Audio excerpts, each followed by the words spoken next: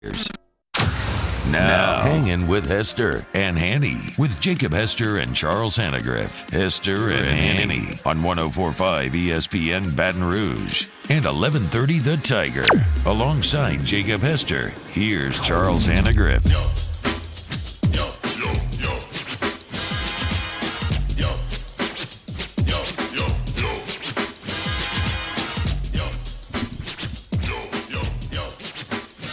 And good morning and welcome to Hanging with Hester and Hanny. 104.5 ESPN Baton Rouge. You're listening along with us on 1130 The Tiger up in Shreveport. If you are watching on CST, you're watching with us on YouTube, Hanging with Hester and Hanny page, 104.5 ESPN page.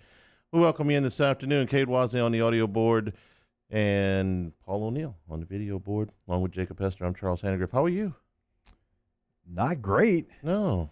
Not great. I mean, let's go ahead and start. What in the hell? I mean, I don't know what's going on right now, but I'd like to hit a stop button or at least a pause button because I'm tired of leaving here and getting texts and getting calls wondering what's going on. And then when I find out what is going on, it is actually going on. So go on. That's about how I'm feeling. I can't offer you a stop button. I can't offer you a pause button. What I may be able to offer you is a reset button. But you're gonna lose everything you've gained if you hit the reset button. So, Hanny, I've never heard of anything like this, and I realize this is a different time than when I played, or even 5-7 years ago. I understand that. But when a freshman comes into my office to opt out because his body's tired, I've got a hard time accepting that, okay? Your freshman year's long. I get it. Your rookie year's long. I get it. You're going to do the same thing when you're a rookie? You're going to go into the head coach's office, the GM's office, and say, you know what? I didn't really get a break.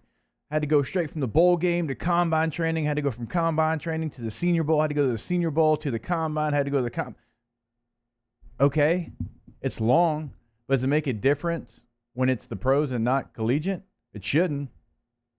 And, I mean, obviously, it's not just one. There's multiple situations we can point to. Hell, my body's tired. Your body's tired. I just saw you limp in here. You're dealing with something. Everybody's tired. It's December of the worst year of all time. That's just not the way I'm built. It ain't the way my four boys are built, and it better sure as hell better not be the way that they raise their boys either. Keep going. I came in here today purposefully wanting you to lead because I've seen the tweets from some of the ex-players today. You're an ex-player, and your voice needs to be heard. T-Bob certainly gave his opinion this morning. We've seen some guys, some that played with you, some that haven't. I've gotten some private messages as well. Speak, because I didn't play. All right, I didn't play at LSU. I've certainly got my feelings on the subject, but your opinion carries more weight. This is something that is very personal to you. Look, it's very personal to a lot of guys that wore a uniform. I'm not in the building. I don't know what the situation is. I don't know if it's toxic like we're hearing. I don't know that. I don't. But you know what? It doesn't matter. Have some damn pride playing for Louisiana State University. It's a privilege to play here. It is. You know how many people would love to play here? I got a little brother that went and played at East Texas Baptist University. He would have given his right arm and his left leg to play at LSU, one down, okay? There's plenty of people like that. It is a privilege to play here. I don't know what the environment is. It might be bad. But you know what? There's been plenty of bad environments. Go ask Matt Flynn what it was like to play for the Patriots. He hated it. They're pretty damn good. They have a pretty successful run there in New England, okay? Sometimes you just got to swallow it and you got to go play for the better good, for the team. When I hear people say your body's tired, you got to give me a damn break. I had knee surgery 8 days before the Sugar Bowl in 06 because I didn't want to miss a bowl game against Notre Dame. Didn't play well. In fact, probably played one of my worst games. I think I had 2 carries in the game. By the time I got done, my knee was the size of my head. You know it's big, okay? But you know what? I wasn't going to miss it. Wasn't going to miss the chance to run out there in purple and gold. I had to sit out a game in the NFL when we were done. We were 7-8. It was the last game of the year. I had a tear in my knee, and it crushed me not to be able to go out there with my teammates. It should crush you if you're a competitor. Your team is out there. Their team's getting on a plane today or whenever the hell they're going, and they're going to Gainesville, and they're going to play a game, okay? You still have teams and games on your schedule that you are supposed to be there for, that you signed up for, that you committed to, and your body's tired? It's tired? That drives me up a wall to hear something like that. You're never going, no matter if you play 3 years, 13 years, 15 years in the NFL, your body's never going to feel great. Not one time. All season, middle of the season, end of the season, beginning of the season, not one time is it ever going to feel great. Okay? But I guarantee you, you don't go in there and tell the head coach that your body's tired. But it's okay to do it now? That's not ever supposed to be acceptable. And if it becomes acceptable, then I don't even want to do this anymore. Cade, give me OTB 1 and 2 back to back. This is Coach O this morning on Arik Gilbert. Yeah, Arik came to talk to me yesterday, and he's thinking about opting out for the season. He said his body is hurting and he has to get better. His mother's in town speaking with him right now. I don't know if we officially announced it yet, but that's where we're at. And that's what he discussed with me yesterday. Yeah, I think so, T-Bob. I think that if he opts out and he wants to come back, definitely I'm going to take him back. He's a great player. He's a great young man. I recruited him, and we treat him like family, just like everybody else. Neil Farrell opted out, and he wanted to come back, and I gave him the opportunity. They then asked him on OTB this morning if the locker room was falling apart. No, not at all. I mean, look the way they fought. Look the way they fought all game. That was fight the whole game. Obviously we didn't execute better, and that was a great football team we played. But as far as practicing hard, as far as fighting, we had a great meeting yesterday. We had a great practice yesterday. 24-hour rule on the floor. Finally, he was asked if there was a disconnect between the players and the staff. Not at all. I don't hear none of that. We work in a cocoon here. I think that everything is, obviously we're disappointed in the way we played, disappointed in our record. But as far as the message from the staff to the players, I think we're fine. Before I say anything, I just want to know what you make of that.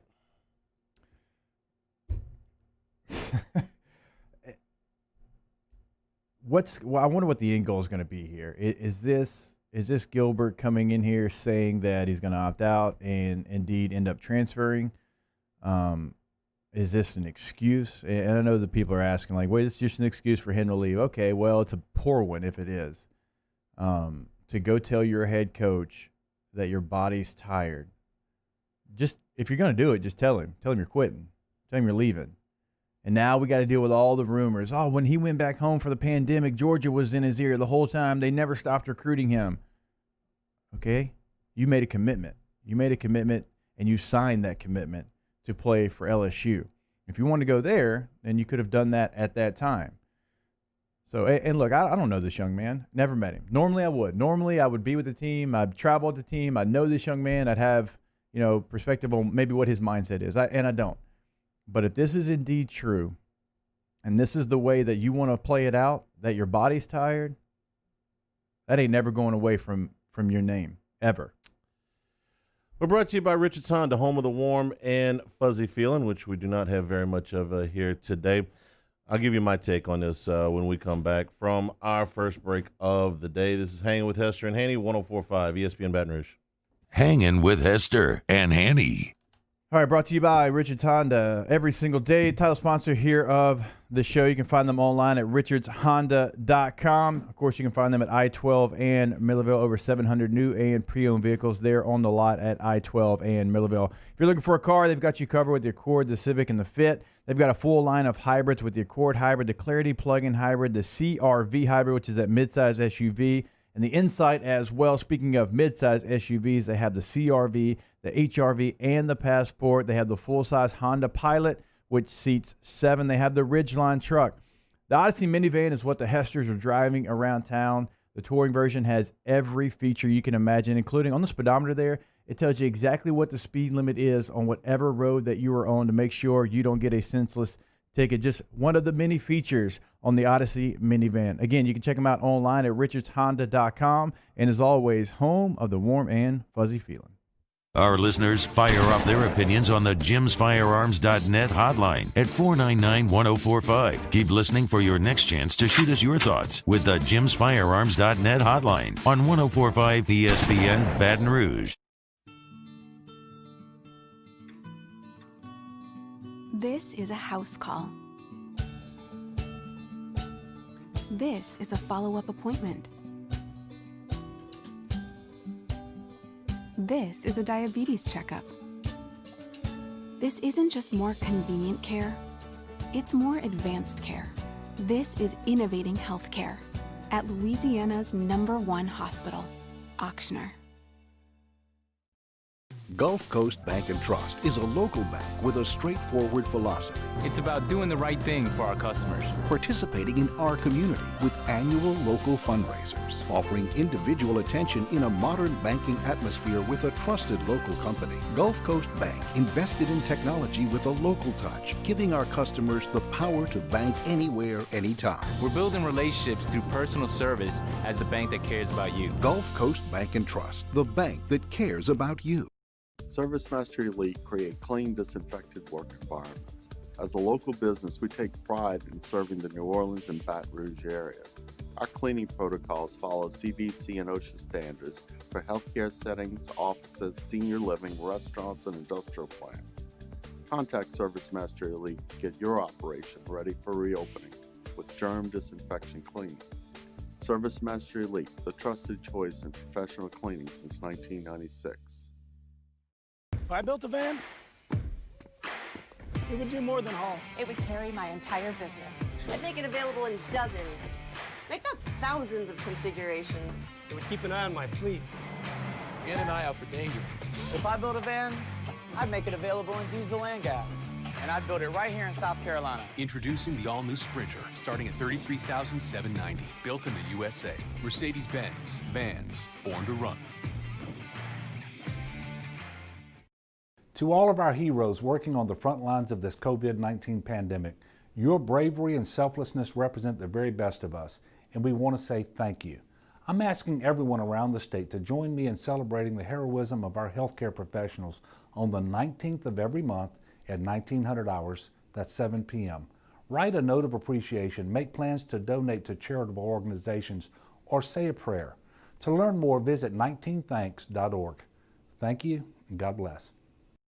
T-Bob Hebert here with breaking news. Front to Back Boat Services is the shop to upgrade your boat tech this fall. With not one but 2 NMEA certified techs, who better to install your Panoptic sonar, your HD displays. You want to see the fish under the water before you even cast? They have that. Trolling motor you could control with your iPhone? They have that. So what are you waiting for? Get into Front to Back Boat Services right now. Upgrade your boat tech. Make your boating dreams come true. Join us for a Tuesday edition of Jimmy Yacht's Game Time, live from Doe's Eat Place on Government Street. Jimmy recaps the Monday night football game and looks ahead to the rest of the week's action. Come out and see us or tune in at 6 p.m. on 104.5 ESPN Baton Rouge. Hangin with Hester and Hanny on 104.5 ESPN Baton Rouge and 1130 The Tiger. Brought to you by Richards Honda, home of the warm and fuzzy feeling. All right, glad to welcome on to the show. Brody Miller does a great job for The Athletic and has covered what's going on around LSU as good as anyone, and always love our conversations. Brody, what's going on this afternoon? Not too much. You guys only have me on when the sky's falling. So one of these days we need to have a calm conversation. How are you guys? Hey, no, you are exactly right. And I told Hanny that before you came on. I said, Brody's always our go-to guy whenever ish hits the fan. And boy, has it hit it in Baton Rouge. I mean, last night's news is just piling on to what's going on with the program. I mean, Terrace Marshall, although I didn't agree with it, that's another thing. I mean, that's a guy that's getting ready for the NFL draft. He came into the season, and he decided once it became December to opt out. Okay, again, don't agree with it, but I can understand it. Like this Arik Gilbert stuff, when you go into the coach's office and you say, my body's tired, it's like, man, you're an 18-year-old kid. Like, that's something you just have to deal with. So, I mean, in the rumors, Brody, that possibly more could be happening and more opt-outs could be happening. I mean, are they going to have enough to play in Florida this weekend? Yeah, first, I do believe they will have enough to play at Florida. But, yeah, no, I mean, it's problematic right now. And I want to start by saying, yeah, I mean, I know the body's not feeling good thing was the reason used this morning. And I believe there is validity to that being a factor. And a lot of us reported yesterday the homesick term. And I think there's validity to that, but I think that's kind of one of those generalized terms we use sometimes. But, yeah, I mean, at the end of the day, I don't think it's one thing. And I think it being labeled as just about his body hurting probably makes him look worse to a lot of people, unfortunately. And because I think it's a mixture. I think he's having a tough time right now. I think that's the honest truth of the matter. I've heard from some people that he hasn't exactly seemed, super happy since he got there. And some of that might be homesick. Some of that might be, hey, he was recruited by Joe Brady and John DeCoster, and both those guys are gone, and things like that. And then you add in, yeah, his shoulder is bothering him, and yeah, this season's not going well. And I'm not saying, I'm not defending or coming against this decision, but I don't think it's as simple as any one thing. And it's kind of tricky how the discourse has played out all the last 24 hours, because at the end of the day, there are problems in that program right now, and I don't think anyone's going to sit here and deny it. And I don't think he's the last. And I know we'll get to it more, but I think, yes, there's time for LSU to fix some of these things and maybe ease some of these tensions and all that, but I don't think it's over here. Brody, I mean, we've all heard that it's not great inside the building right now, and I have to wonder, like, what changed? During the break, I'm talking with Hanny, and we all remember, I mean, it's about a year ago today that Joe Burrow was accepting the Heisman Trophy. I mean, this weekend coming up would be a year. And when he mentioned Coach O's name, he got emotional, started crying, right? And now we're hearing that it's toxic inside the building and players want to leave. It's like, how in the world do you go from what it was a year ago to what it is now? I mean, surely it's just not, having an unsuccessful season, because sometimes you can't have the success that you want to, and sometimes that success just doesn't come. I mean, what is going on right now? Yeah, I think that's something, of course, we're all still trying to figure out. But I mean, what I will say is, yeah, I think it's probably a perfect storm of, and this is something that might get some eye rolls, but I think a factor in this is, Zach Von Rosenberg's tweet last night said it pretty well. That I think there's an actual mental health issue, probably across college football, I would imagine, but especially at LSU right now, where, hey, some of these freshmen, right or wrong, they come in, they think they're going to have this college experience, then a pandemic hits, and they don't get to have the college experience they want. And I know that that's life, all that. We're all having tough times, but, you are grinding away. Your entire life is football, and you don't have an outlet right now. You have no way to let that outlet right now, so you're just grinding and miserable, and then you add on that you're losing, so you're not even getting, like, the enjoyment out of that. And I think it's just like there's just a lot of people I've heard. I don't even know if it's necessarily to blame, although I do think there is some blame that goes to the staff and all that. But, I think the thing that's going around football, there's just a lot of people who aren't happy right now. And then you add in, there's frustration with that Orgeron, dating back to things this summer, dating back to, cultural issues and how things, obviously all the societal issues going on this summer and how he handled some of that. There's some tensions that are still kind of going on because of that. And I think it's just kind of a perfect storm of losing, a pandemic, and then handling of some of those things. I just think there's a lot of frustration. Then you mix in some hires and also just some departures, some of the guys who probably were the best at, easing tensions in the locker room. Some of the guys who were the best peacekeepers probably aren't there anymore. I just think there's just a general feeling of, I don't want to speak for everyone. I don't want to make it seem like the sky is completely falling. But yeah, there's some unhappiness there. Absolutely. What do you think this team looks like next year? I'm talking about from top to bottom, right? Players, coaches, everyone around the program. Do you think it looks different? Because with what's going on right now, I don't think there's any way that you can bring it back to what it currently looks like and roll out another football season? Yeah, I think, we're probably all in a similar boat. I would assume all three of us here things that, I do not think it will be the same staff next year. I wouldn't be surprised if there's at least one new coordinator, maybe both, who knows. I think there will be a lot of changes in the staff. I think at Orgeron will still be there, barring something crazy happening. And I think the other part that really leads it, I'm not far enough to saying, report anything about what's going to happen, of course. And then I think the big speculatory part is how, like we alluded to earlier, how many more departures are going to come? Because, I don't want to lean into the extreme rumors you hear right now, but yeah, you do hear things that there's going to be several more players leaving. And there's always players rumoring that, and then LSU talks them down, and I bet they will talk a lot of them down. I really do. But at the end of the day, there's a chance there is some, a few more guys in young key pieces, may I add, that might consider leaving. And at that point, you're just kind of like, man, like what are you building toward? And yes, they still have an amazing class coming in this year. If it doesn't, if they keep it intact right now, and then you wonder about, how much is the Arik Gilbert news and whatever else might happen in the coming weeks going to hurt recruiting? You have things like that. But to your original question, yeah, I think you will see at least two or three, maybe more, different staff members in there for sure. Yeah, Brody, it's not rumors that more players are leaving. The head coach confirmed that yesterday. Yeah. This isn't message board or Twitter fodder. This is the coach saying there are some kids that have made up their mind that they're going to leave, and we've gotten that confirmed that there are players. I don't know how many. I could take a stab at it, but I don't know for sure, that have decided that they are going to leave. Now, that may be after the game this week or after the game next week before the bowl game, or it might be after the bowl game entirely, but they're going to leave. They're going to be in a numbers crunch, and there is a problem when this many kids leave. I know that they're dealing with all this stuff. Everybody else is dealing with all this stuff too, and they're handling it better than this staff has. First off, yeah, I think because as much as I was saying everyone's dealing with this, that's the key point you made, that yes, everyone's dealing with it, and a lot of other places are handling it better than LSU, and that is the key differential to make, that LSU is not handling a lot of things well right now. There is some culture issues there, and Ed Orgeron has even alluded to it in some past, I think last week's Monday press conference, he alluded to it, that, yeah, there are some leadership, cultural, and self-included things that need to be changed. But yeah, as for the numbers, yeah, I could be wrong. I took Ed's comment as more me talking about guys leaving for the draft and guys leaving. And I'm almost more saying, and this might be what you mean too, that there's going to be more freshmen and sophomores leaving, and more guys like that LSU's hoping are a huge part of its future. I think that's what's really concerning. And obviously, I'm not at a point where I'm going to name names or anything like that. But yeah, it sounds like there are more of those coming, which I assume is what you mean. But yeah, no, there is a problem, and the one thing this program could really cling to through this terrible season, quite frankly, is that it had, all this freshman class right now looks really talented. You have a really good class coming in. Even your sophomore class was number 5 in the country when they came in. You had all this exciting youth.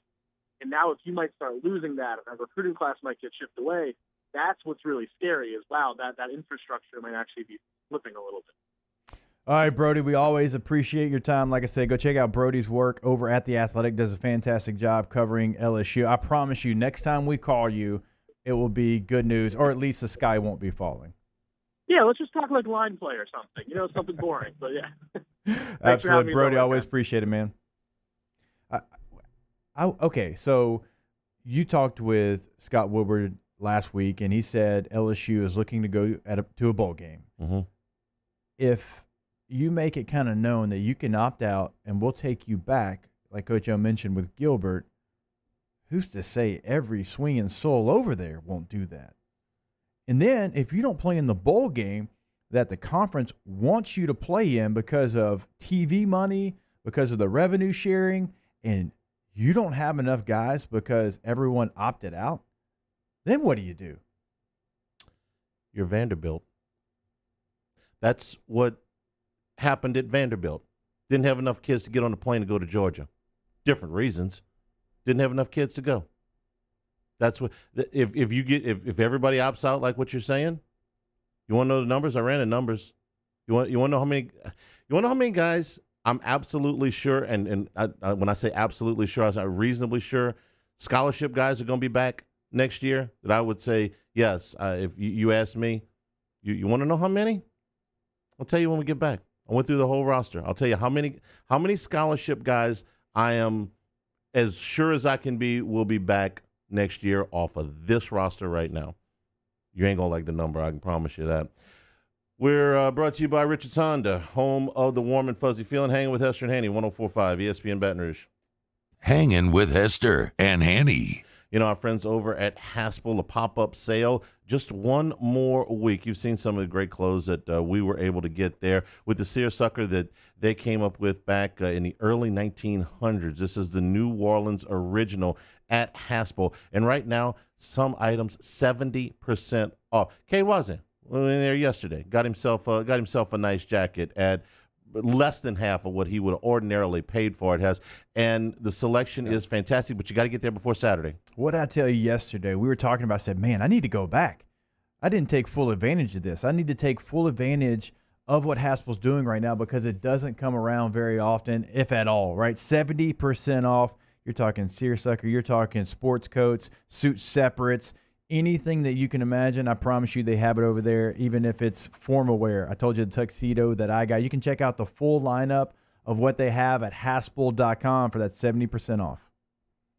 We opened up the playbook and expanded our coverage. Listen daily in high definition on 98.1 HD2. We are 104.5 ESPN Baton Rouge.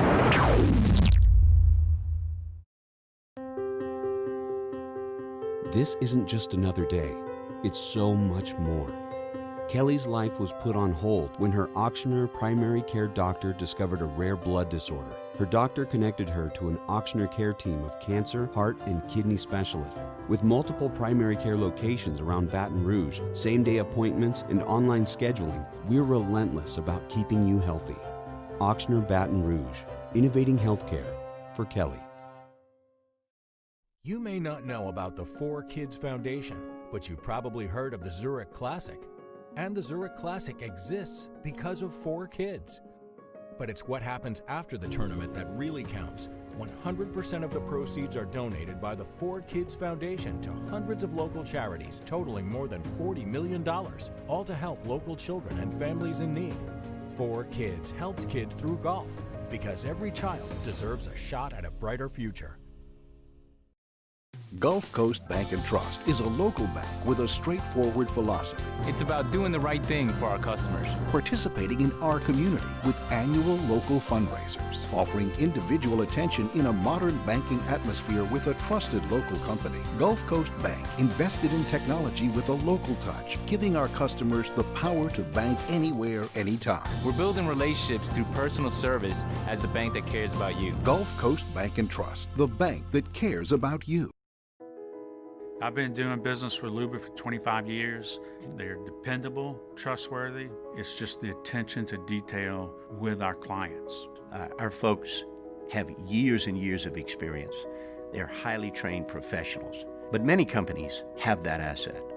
What I'd like to think makes Luba a bit different is that we use those talents in a way that truly is dedicated to serving the needs of the folks who depend on us. Are you a licensed contractor? There's lots of good contractors in Louisiana doing work the right way, but unfortunately, too many unlicensed contractors are working outside the licensing requirements. Working as a contractor in Louisiana requires a license for the company doing the work.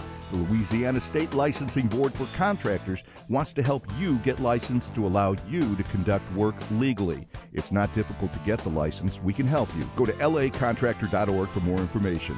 Licensed contractors, it's the law. Gulf Coast Office Products is a nationally recognized Savin office equipment dealer based right here in Louisiana. Over 100 employees strong, Gulf Coast has the boots on the ground to support all vertical markets, from education, engineering, legal, and finance. With the latest in office technology, from desktop to production segment units, Gulf Coast and Savin have the perfect fit for you. Call 225-756-2644. That's 756-2644 for Gulf Coast Office. Coming up on Wednesdays Off the Bench. As I record this, I know not what the news cycle holds for LSU, but we will discuss it. Plus, Booger Talks NFL, preview Saints Eagles, and a brand new Would You Rather Wednesday. Off the Bench, 104.5 ESPN.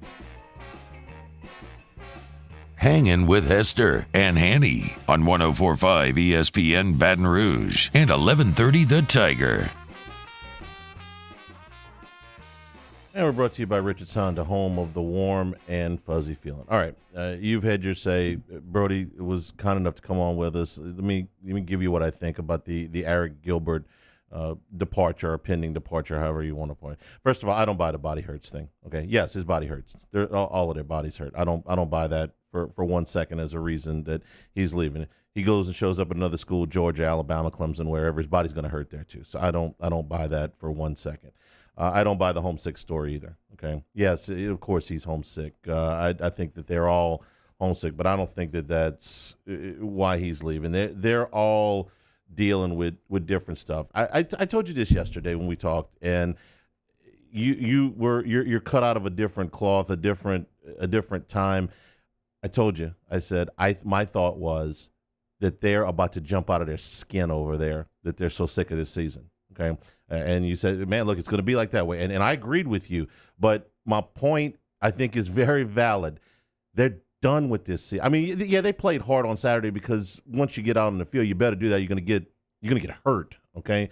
But mentally, the mental grind on this, they're done with it, man. You and I, hey, look, we do this for a living. Mentally, it ain't there. And I said this yesterday. There's nowhere for them to go. The campus is deserted. The city is shut down to them. All of those things that the interaction with anybody outside the football building is pretty much shut off, including with their families. They can't get home, and they've been at this for 7 months. They're done, man. They're mentally they're done, and I don't know how the other schools are, managing it. They're managing it better. When I said this in the post game, I said LSU, and again on Monday, LSU lost this game in the offseason. They lost several of these games in the offseason when they didn't manage the COVID, not the protocols, not that part. The part about keeping their guys mentally checked in. They didn't do it. When the social unrest hit, they weren't on top of it. It festered, and it has gotten to this point now. And the cabin fever, or whatever you want to call it, for all of us, and the government's going to start to figure this out here pretty soon. You better get that, whatever it is you need to do to reopen society, because people, the COVID fatigue, man, it's beyond mental problems now for people. It's everything. And, I understand that the pandemic's still going and all that stuff, but I've been saying this for a long time. You better find a way to get through it. You better find a way to give people some relief. And shaming them and saying, well, this person got sick or this person died, and that's tragic, and I get it. But when you tell people every single day that it's their fault and go home and don't have any interaction and lose your business and lose your job and all that, but, we're saving lives. Listen, you better be able to deal with the other ramifications of your decisions.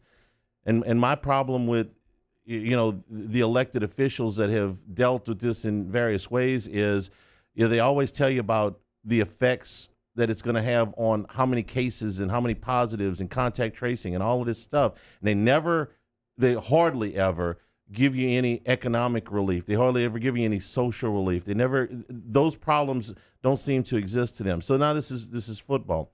This is Zach Von Rosenberg. Can we agree that he's the most mature guy on the team? I mean, he's 10 years older than the average. People think this is his tweet. It says, people think this year is normal. It's not. I couldn't imagine being a freshman this season. Nobody wants to address issues like mental health. But imagine not being able to enjoy yourself away from football. No matter what you do, you need an outlet. There are none. And yes, everybody else is dealing with this. And most of the schools are dealing with it better than LSU is, better than Vanderbilt did, better than some of the schools, not all of the schools. So, I believe all of that is why you're seeing some kids that they're done. They're not having any success on the field, or very little success on the field, so they don't have that as an outlet. All of these things contribute to it. Coach O said he's not losing his locker room. He's losing a hell of a lot of them.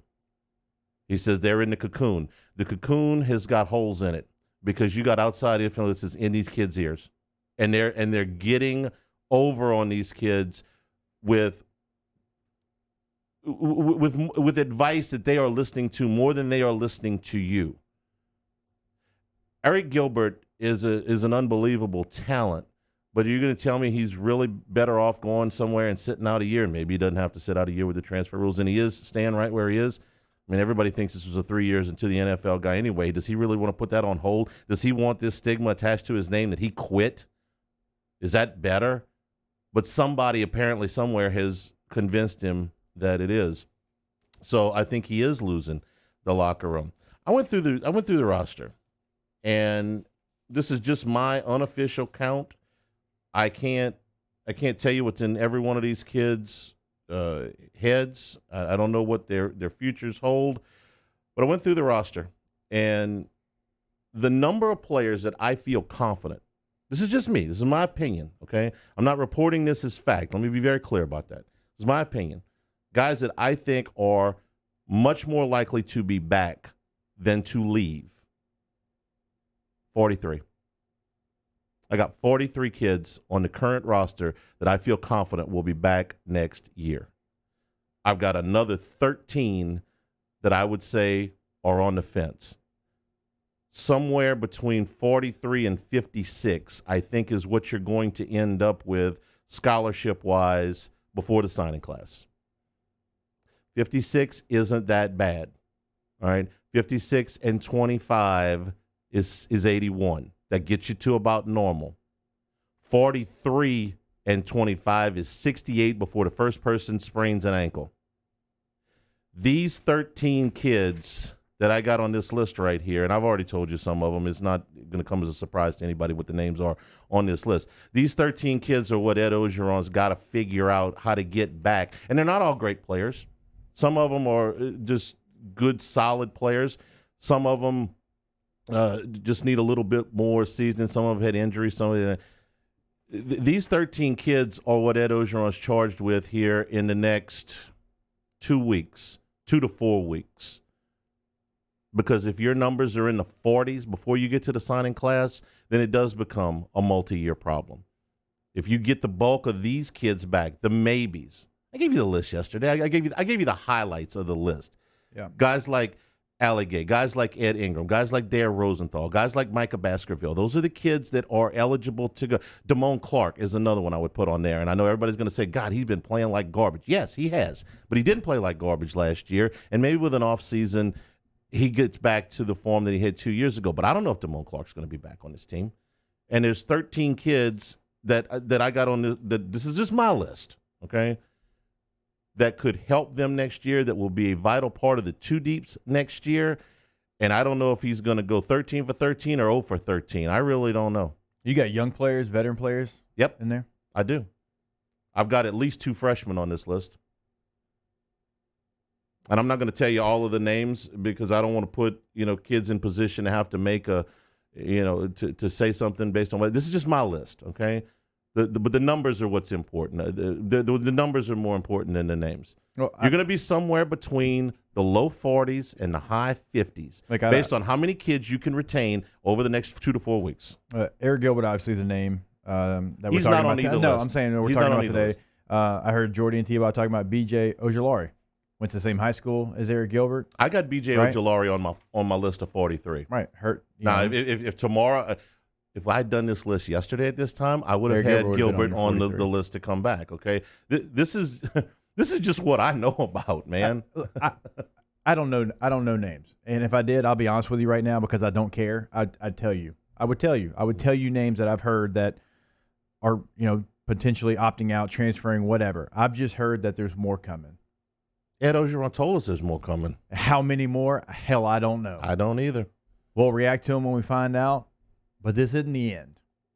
No. It's not the end. The head coach told you yesterday. So even if my numbers are off, and most assuredly, I don't think my numbers are spot on 100%, but we can agree that guys you feel good about, okay, absolutely, positively feel great about coming back, that number's in the 40s. And the number of kids that are in limbo is somewhere between 10 and 20. I'm talking about early opt-outs for the draft. And I know which stage, like, who in the world would opt out early for the draft? I'm telling you, Doesn't matter where they're projected. Doesn't matter. Here it doesn't matter. Well, here it doesn't matter, yes, because you're going to leave early to be undrafted, or leave early to be a 7th round pick, or whatever. We've talked about that. That is what they have preached. They have got to turn that around. Roster, how they lost these games. Went through all of this in the post game. Went through all of this yesterday. Re-recruiting of the current roster. It's a massive problem. In my opinion, he's got somewhere around a dozen guys. Baker's dozen here is my list, 13. I may be off a few of guys he's got to re-recruit. And some of the names on this list would probably, you go, that guy? Yeah, that guy. Because if that guy, how many times have we've seen it where it's like, man, that guy's going pro? Really? Okay, ain't gonna make a team, and didn't make a team. This goes back to Les too. I mean, this was a problem. Let's talk about a position, and I don't know which one. Okay, you look at who's played quarterback this year: T.J. Finley, Max Johnson. Okay, they've both gotten some run. Okay, Max might start this week. Miles coming back next year, and Miles could come back for 2 more years. Mm-hmm. And you've got a hotshot recruit coming in. Okay, somebody leaving. Somebody in that group. And here will leave. And here's my inaccuracy when I'm putting together these numbers. I've got all 3 of the quarterbacks coming back, and I know that there's a real good chance that one of them going to leave. But I don't know which one, and I don't know if they will. But yes, your point is well made. I can't tell you that. I can't tell you for sure. And by the way, I got a kicker and a deep snapper on this list of 43 too. I want to point out, and I believe it was Nook that pointed out on Twitter, that Devin White has kind of chimed in on the story that Arik Gilbert came in, said his body was hurting, and Devin White quote tweeted and said, "That's called playing football." And let me just tell you, and I don't think Devin would mind me saying this, I had a personal conversation with Devin when he was making his decision to come out for the draft. It was a decision. It wasn't easy for him. And some people heard that and they're like, oh, it's just Devin. That's lip service. He's a top 5 pick. Devin, with tears in his eyes, talked about wanting to come back and play for LSU. And it was the hardest thing he's ever had to do, to go tell those coaches that he was going to the draft. Coaches that were telling him he needed to go, because that's what you're supposed to do. You're supposed to give them the best information. So they were doing the right thing. And it hurt him so bad that he could have played for LSU for another year, but he was going to the NFL draft. The man was the 5th overall pick. He's one of the best defensive players in football. Yeah. Okay. So, and that was with the current head coach. So, like, you hear the stories now and you're wondering, okay, what in the world is going on there? Because that's 2 guys, Devin White and Joe Burrow, both top 5 picks, both, rookie of the year, all pro type candidates, going to be for a long time. Okay. The man wanted to come back to school. How about Tre'Davious White that did come back to school, that would have been a 1st-round pick, that has in the NFL gone out and become a great player on his 2nd contract now, Pro Bowl type player. He did come back for his senior year. I mean, going back a few years now, and now you've got a situation where kids are saying, well, I might not be drafted, but I'm out. I'm gone. I realize, and what you were saying about it being different and being cooped up, and mental health is real. Absolutely, it's real. But that's not the only profession or the only thing in this country that's going through that right now.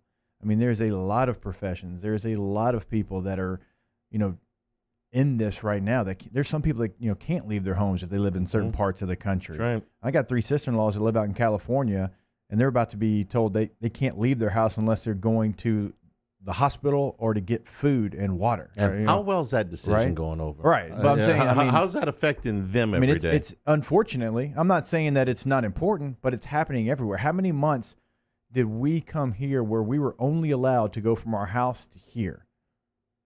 And when we came in this building, it was the 4 people in this room, and that was it. I mean, this place was shut down. I mean, and people had their children at homes, and they were.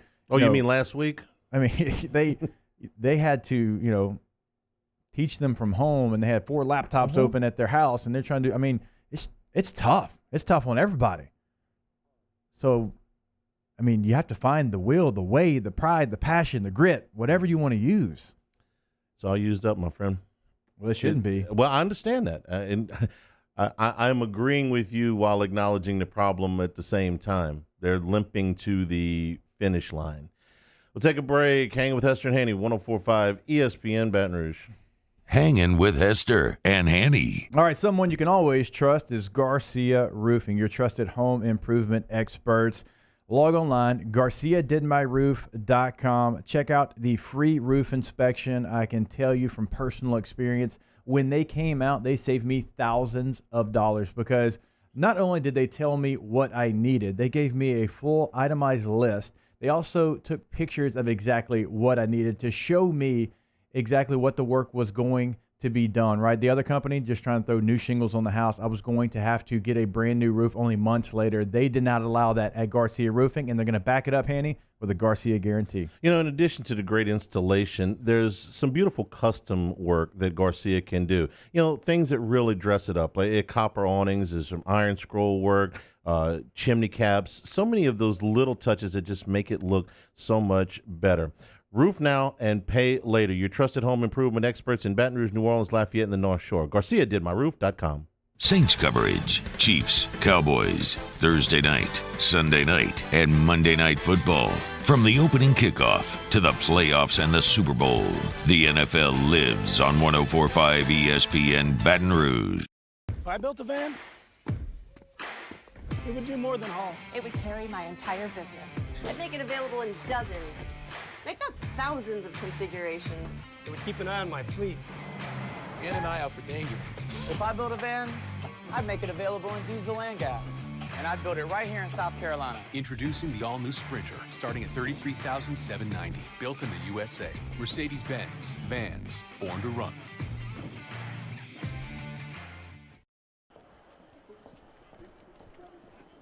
The winner is the dog with antioxidant vitamin C. Given the choice, why wouldn't you choose the one with antioxidant vitamin C? Choose Vizzy Hard Seltzer. Le posso offrire un caffè? Andiamo insieme da me, non c'è. Call Mr. Electric today for electrical repairs, upgrades, and installations. At All-Star Toyota, you get it all.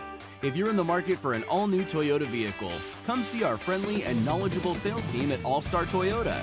Located in Baton Rouge at the corner of Airline and Goodwood, we've been serving our community since 2005 by offering a large selection of new Toyota cars, trucks, and SUVs. Get behind the wheel of your dream car and take a test drive at All-Star Toyota today.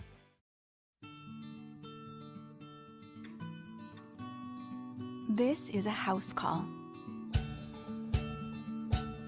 This is a follow-up appointment. This is a diabetes checkup. This isn't just more convenient care, it's more advanced care. This is innovating healthcare at Louisiana's #1 hospital, Ochsner. Gulf Coast Bank and Trust is a local bank with a straightforward philosophy. It's about doing the right thing for our customers. Participating in our community with annual local fundraisers. Offering individual attention in a modern banking atmosphere with a trusted local company. Gulf Coast Bank invested in technology with a local touch, giving our customers the power to bank anywhere, anytime. We're building relationships through personal service as the bank that cares about you. Gulf Coast Bank and Trust, the bank that cares about you. ServiceMaster Elite create clean, disinfected work environments. As a local business, we take pride in serving the New Orleans and Baton Rouge areas. Our cleaning protocols follow CDC and OSHA standards for healthcare settings, offices, senior living, restaurants, and industrial plants. Contact ServiceMaster Elite to get your operation ready for reopening with germ disinfection cleaning. ServiceMaster Elite, the trusted choice in professional cleaning since 1996. Hey, it's Matt Moscona inviting you to join us for Tuesday's AFR, presented by Insurance Network of Louisiana. Does Drew Brees return this week? We'll ask Larry Holder, and we'll talk Tigers with Rohan Davey. Join us Tuesday, 3 to 6, 104.5 ESPN Baton Rouge.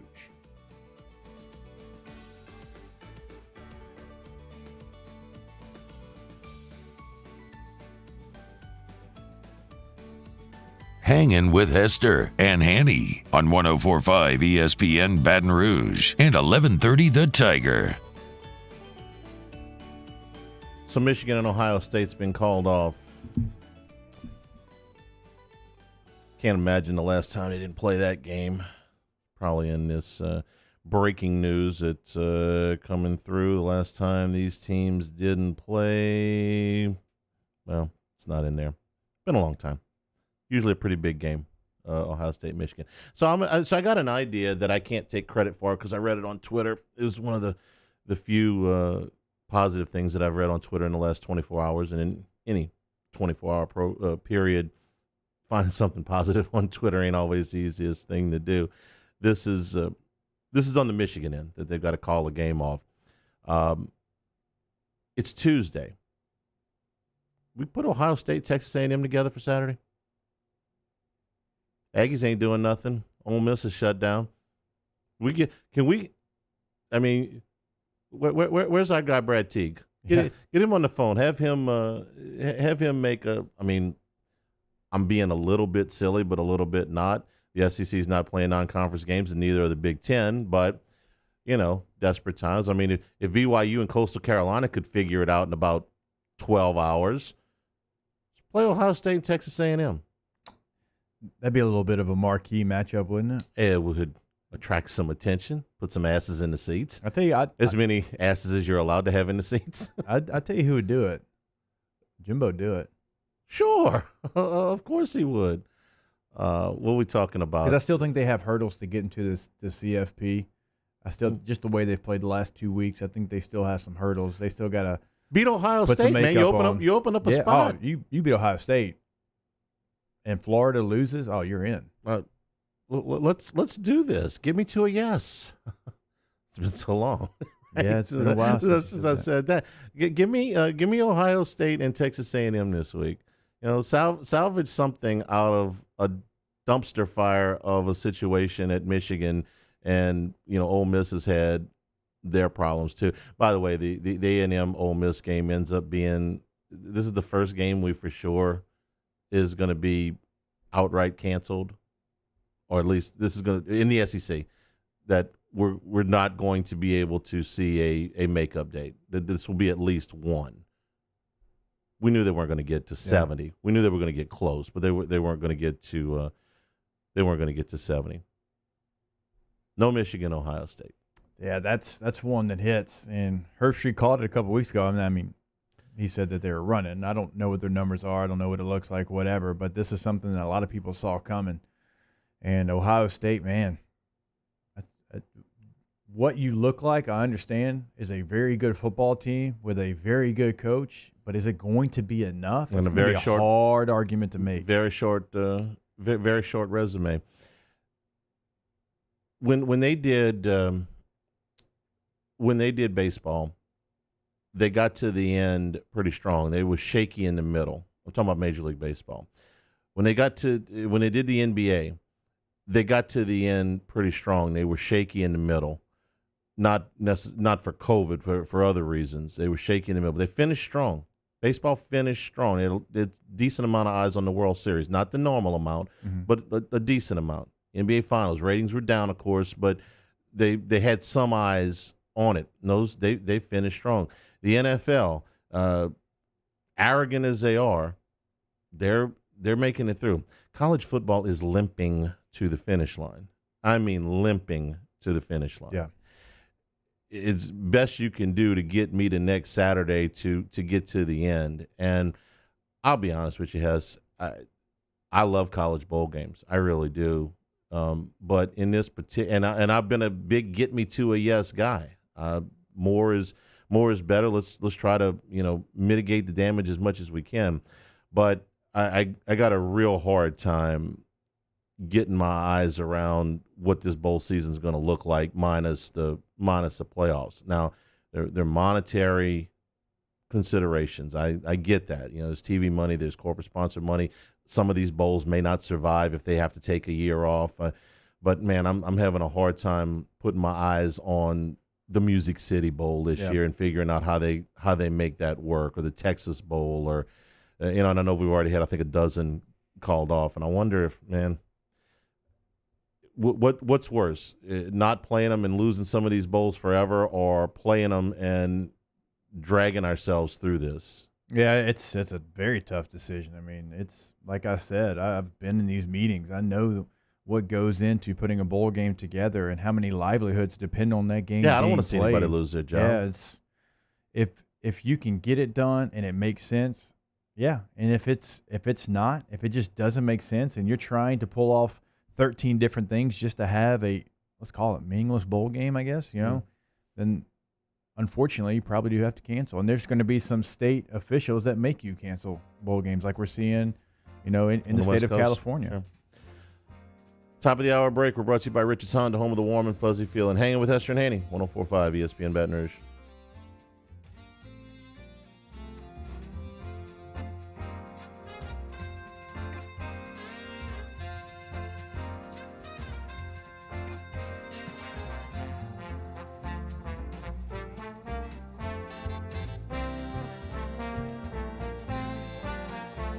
Hangin' with Hester and to the heroes who are working tirelessly to care for our communities, we thank you.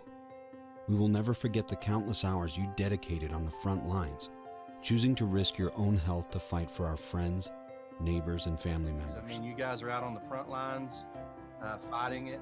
We are grateful for your heroic acts and unwavering spirit. Together, we are overcoming this adversity and make our state healthier and more vibrant again. Ochsner Health.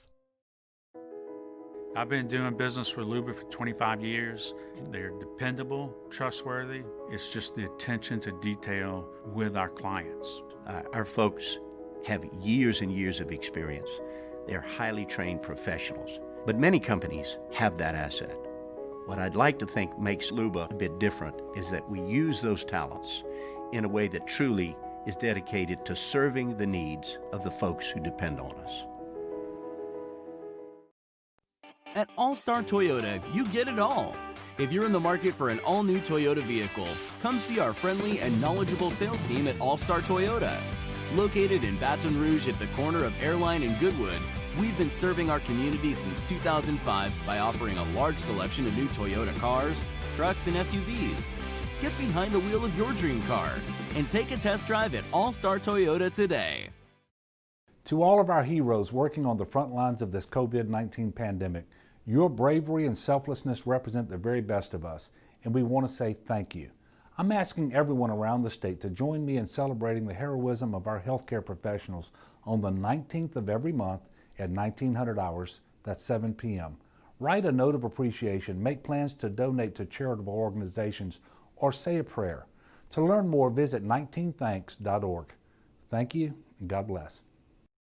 T-Bob Hebert here with breaking news. Front to Back Boat Services is the shop to upgrade your boat tech this fall. With not one but two NMEA certified techs, who better to install your Panoptic sonar, your HD displays. You want to see the fish under the water before you even cast? They have that. Trolling motor you could control with your iPhone? They have that. So what are you waiting for? Get into Front to Back Boat Services right now. Upgrade your boat tech. Make your boating dreams come true. Front to Back Boat Services. You may not know about the 4Kids Foundation, but you've probably heard of the Zurich Classic. And the Zurich Classic exists because of 4Kids. But it's what happens after the tournament that really counts. 100% of the proceeds are donated by the 4Kids Foundation to hundreds of local charities, totaling more than $40 million, all to help local children and families in need. 4Kids helps kids through golf, because every child deserves a shot at a brighter future. Gulf Coast Bank and Trust is a local bank with a straightforward philosophy. It's about doing the right thing for our customers. Participating in our community with annual local fundraisers. Offering individual attention in a modern banking atmosphere with a trusted local company. Gulf Coast Bank invested in technology with a local touch, giving our customers the power to bank anywhere, anytime. We're building relationships through personal service as the bank that cares about you. Gulf Coast Bank and Trust, the bank that cares about you. If I built a van, it would do more than haul. It would carry my entire business. I'd make it available in dozens, make not thousands of configurations. It would keep an eye on my fleet. And an eye out for danger. If I built a van, I'd make it available in diesel and gas. And I'd build it right here in South Carolina. Introducing the all-new Sprinter, starting at $33,790. Built in the USA. Mercedes-Benz. Vans. Born to run.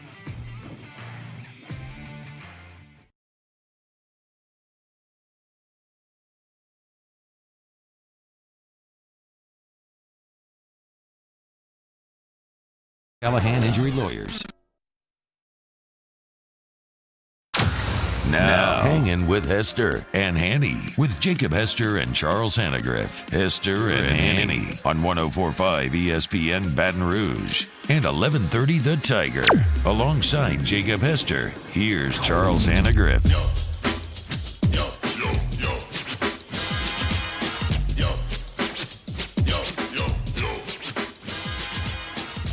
Hour number 2, hanging with Hester and Hanny, 104.5 ESPN Baton Rouge. And Hunt, who's back in studio with us. It's true. Empty-handed. Yep. I can't break tradition. Oh, by the way, Hungry Howie's did save us this weekend. My 9-year-old football team was supposed to have an end-of-the-year outdoor party. It was raining on Sunday, and so we kind of threw something together at the house, and Hungry Howie's 4 extra-large pizzas took care of the crew. Boom. Flavored crust. Awesome. There you go. What say you? I think that the defense is getting better in terms of the matchup zone. They're shooting the ball really well, and I think that as they continue to get some guys back like Manning, I think they'll be in pretty good shape. When do you expect those guys back? Manning's back already. Oh, okay. Yeah. And I would expect that Josh LeBlanc can play after Saturday. Yeah, right. They got to finish the semester or whatever, and then he's eligible. Okay. What do you think about the football team? Oh yeah, that's really fun. We knew it was coming on Saturday, and it wasn't any fun. It made matters worse just to me personally that Devonta Smith had as good a game as he did, because I don't like when the guys from Louisiana do very well in that uniform. Well, then you really didn't like Saturday. I don't like most of the times they play football ever. It's just kind of how it goes. It just shows where that program is and where LSU's is. LSU's team was better last year, and they kicked their tail in Tuscaloosa and won a championship, and the program did not sustain success at all. And there's no arguing this, and you can call it an excuse, you can call it a point, you can call it whatever it is, but quite simply, this COVID situation and what has resulted from it has affected LSU more adversely than any college football program in the country. They didn't handle it well. Yeah, they handle the protocols fine. They didn't have an overabundance of positive tests as compared to the other ones, but holding the team together, having them stay. I mean, that's convince them to stay and rather than let them quit. That's the actual fact, is that they've clearly played pathetically, and they have a terrible record to show for it. But the hypotheticals and the stuff that you can't quantify is where they were in January and February and into recruiting and being able to ride out being the king of the college football world. They weren't able to do it. And then it's all kind of vanished. All the things that last year's team was willing to do, this year's team is not. The voluntary workouts, the play through adversity, the intensity on the sidelines, this group's just not willing to do it. When it's cliche, when the going got tough, they quit. They did. I mean, I'm sorry, but they did. Yes, I mean, how much of this do you put on player leadership? We know that the coaches haven't handled it very well as far as keeping the group together. Any of this lie on the player leadership? It's always tough whenever you have a veteran quarterback, a guy who's been here for 4 years, and he goes down, and your quarterback is a true freshman, because it is very difficult. In fact, it's almost impossible to be a leader as a true freshman. It just is, because you don't have the skins on the wall, right? The old saying, and you haven't been there long enough. You haven't been through this. You haven't been through that. And so, to no fault of theirs, because I can tell you as a freshman, I was not a leader. I was just sitting in the back of the room hoping, that I didn't screw up. So that part of it's tough, because obviously Miles would be the leader on this team. And then on the defensive side, it does seem like Jacoby Stevens and those guys are trying to get it right. I mean, you see them on the sidelines kind of lose their mind. I mean, they want to have it right. Jacoby was a leader last year on that 2019 team. And so, not being in the building, not knowing what's going on day to day, it is tough. I know the guys who are wearing number 18, great young men, but they're a little bit quieter, a little bit more shy personality. So I don't know if they've been able to, get the ear of the team as well. I mean, it's hard to lead when you're not playing. And it's tough. I was just about to say it's tough when you're not out there because sometimes your message will just go on deaf ears if you're not playing. Right, wrong, or indifferent. That's just how it happens. So what do you do if you're at Orgeron today? I mean, we could talk big picture, but today – You've got a significant amount of people that have walked out of the building. You're faced with the probability, if not certainty, that more are going to do that over the next 2 to 4 weeks. What do you do today? For me, this is, pretty vanilla answer, but this is what you do. You do the best job you can in terms of getting ready for Florida, but in your mind, you realize that that's not the most important thing. The most important thing that he can do in that building now is communication. That's communication with his coaching staff. That's communication with the players. You were talking about who needs to be back, who needs to go. I need to get a feel for what everybody in this building is thinking about their near future, and then we can continue to finish this class over the next 10 days and get as many guys in as we possibly can. And it all, in my opinion, comes via communication. Now, you're not always going to get a straight answer from some kids who probably have made some decisions or are thinking some things and don't necessarily want to tell you. That comes from the guys that are already on the team and the guys you're recruiting in high school because they're just not always going to tell you the truth. But that's all he can do. Take out the first part about do the best job you can preparing for Florida. No, stop. I mean, you got to go. I mean, no, you got to go to private, but stop acting like things are normal. No. Like, we're on to Florida. I'm with you there. You can't do that. All right, you better act like there's a crisis because there's a crisis, and it has to be addressed. And I don't know how you do that gracefully with 2 games left to play. Probably 2 games left to play. Jacob, I mean, if he stands up and gives a rah-rah speech at this point, he's liable to do more harm than good. I'll be honest. I don't know what you do. I've never been in this situation. Has anybody? I've when a guy transferred out, it was gigantic news when I was in school because it didn't happen. And I know we're in different times, but I don't know what you do when it's happening in the season. I don't think anybody does. And I'm not trying to be insensitive to the mental health aspect of this because it's there. I'm sure it is there. And I don't understand because I'm not in this situation right now, but it just seems like the same situation. And no, I know it is. It's going on across college football, but it's hitting LSU way more than it's hitting anybody else. You're not hearing really of anybody else having these type of issues within the season. Now, before the season, yeah. I mean, we're at a point in the season where teams are just trying to find a way to play games, and you're still losing guys to opting out. And so I do realize that there is some mental stuff that's going on that I don't understand. None of us in this room understand.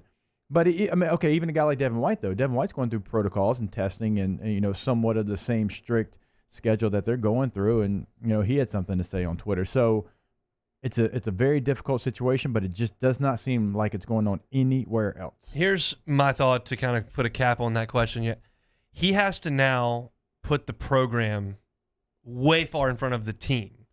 And when I say that, you spend a little bit more time on the phone with the recruits and in terms of talking to guys than you do getting ready for Florida, like you said. And I think the exact opposite was probably true, and I'm doing this on the fly, but when they pulled Travis Daniels' red shirt in the SEC championship game, does that sound right? Mm-hmm. That's putting the team in front of the program. We're trying to win a championship. We need you to go. Is that the best thing for the program to rip a red shirt off a kid in December? Probably not, but you're in the opposite situation now. The program's got to come before these last 2 games, and you got to if you got to allocate your time somewhere.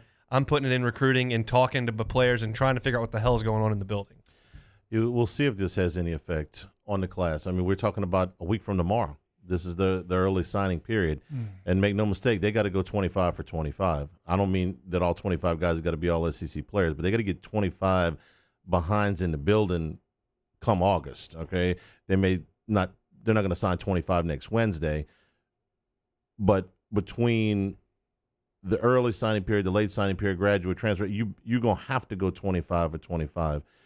You get anybody grades, change their mind late, leave you hanging, get hurt, whatever, it's just going to be another body blow Well, he's gonna. I would be surprised if he didn't leave a spot or two open for grad transfer, specifically. Well, he's going to. Yeah, yes, you're going to have to be in the transfer portal. Believe me, just to get your numbers anywhere close to right. It's going to be somewhere. Like I said, it's going to be somewhere. Probably, my best guess is Jacob and I went through the list again. It's probably going to be somewhere around 50. Might be 53, might be 54, might be 47. I don't know, but it's going to be somewhere in the 50s, probably somewhere around 50. So you better put 25 new guys, and when you put 25 new guys that haven't played college football, and those 25 guys, a lot of them are going to have to put some significant spots in the two deeps. You're gonna feel that too. The easiest thing to do is just say fire all the coaches. Okay, I hear that every day, and if I don't hear it, I can read it. Fire the coordinators. Fine, fire them. I got no problem with that, okay? Because there's been significant failures on the coaching staff. You're gonna they make changes every year. They haven't had the same exact staff 2 years in a row since I've been doing this, okay? But it's not gonna fix all your problems. Will it be a step in the right direction? Only if the guy he hires is better than the guy he's getting rid of, which is no guarantee either. So, I mean, fire Pelini, fine, fire him, okay? And now everything's fixed. No. Fire Linehan. Now everything's fixed. No. Pick another name. Ensminger retires. Now everything's fixed. No. I mean, I'm sorry. There's more. There's bigger. There's more than just that problem, and that's what I've been, kind of on here with some of the things that happened in the offseason. That's why I'm saying, all right, all that's happened. Okay, can't go back and fix last summer. Can't go back and cancel COVID. Can't go back and get Jamar Chase and Terrace Marshall and Tyler Shelvin and all those guys back in the building. What do you do now? And that ain't an easy question to answer. That's why I gave it to Hunt first. Make him. It's just hard to imagine where we were sitting in January. This would be where we're sitting here in December. But my goodness, are we ever? Hester was sitting here. You were sitting in New York a year ago at this time, right? A few days from now. Yeah. Jordy and I were about to do a show at Legends in New York City. I didn't get invited on that. In a room full of LSU faithful screaming the entire night. Went across and was able to interview Joe Burrow. The first interview that he gave after winning the Heisman Trophy, like a career utopia moment. And now we're here. So what are you saying? A year from now, Miles Brennan's going to be winning the Heisman Trophy and be back in New York? Hell yeah! Isn't that as unlikely as where if I'd have told you where they are today? If I had showed up in that hotel suite and said, "Oh, what makes you think I had a suite? I was on Gordy's dime, so I'm sorry, it was not a suite." When you were in your budget motel room, yeah. If I had showed up in the DeLorean and said, "Man, I just went a year ahead into the future, and you are not going to believe this," yeah, I called you a liar. Yeah, I would have called me a liar too. Hanging with Hester and Hanny and Hunt, 104.5 ESPN Baton Rouge. Hanging with Hester and Hanny. All right, we're brought to you by the Tiger Athletic Foundation. Today, as we've talked about many, many times, unforeseen adversity all over the place. The loss of essential revenue for LSU athletics is going to be in the tens of millions of dollars. Some of the numbers that we're starting to hear, of course, $80 million. But as I tell you every single day, we do have a go, and our go cannot stop. Your support is critical. Donate to the Victory Fund today and help keep LSU student athletes going. This is so critical for the department and our student athletes that for the first time in TAF history, they are offering additional priority points for donations to this tax-deductible Victory Fund. You can learn more information. You can also donate by visiting victory.lsutaf.org. It explains exactly what the Victory Fund is, what it's set up for, and everything that it's going to be going towards. Again, victory.lsutaf.org. In times of need, get a full list of phone numbers, websites, and other important emergency information on the Demco Stormwatch page at 1045ESPN.com.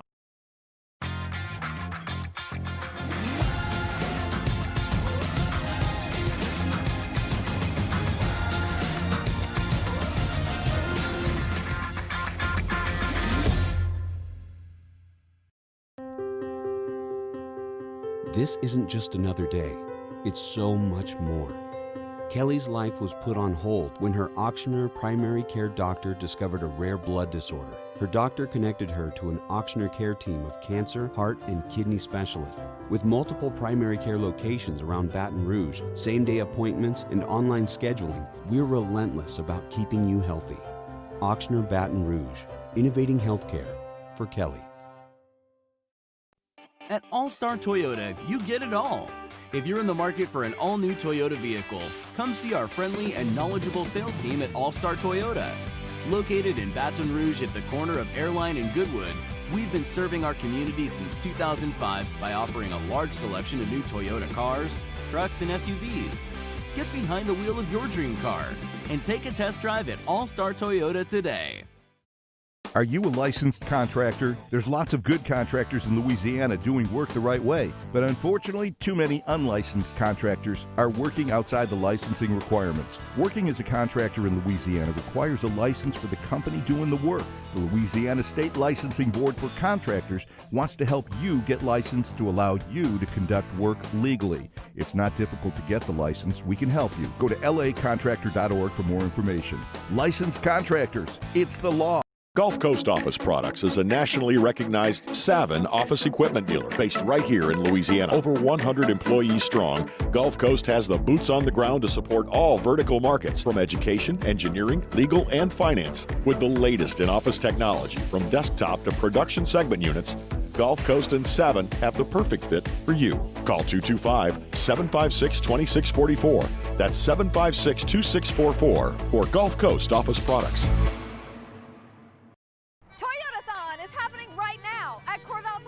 Opelousas.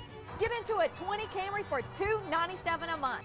Come on down to Happy Town for Toyotathon. That's Corval Toyota in Opelousas, Happy Town, USA. Gulf Coast Bank and Trust is a local bank with a straightforward philosophy. It's about doing the right thing for our customers. Participating in our community with annual local fundraisers. Offering individual attention in a modern banking atmosphere with a trusted local company. Gulf Coast Bank invested in technology with a local touch, giving our customers the power to bank anywhere, anytime. We're building relationships through personal service as the bank that cares about you. Gulf Coast Bank and Trust, the bank that cares about you. Join us for a Tuesday edition of Jimmy Yacht's Game Time, live from Doe's Eat Place on Government Street. Jimmy recaps the Monday night football game and looks ahead to the rest of the week's action. Come out and see us or tune in at 6 p.m. on 104.5 ESPN Baton Rouge.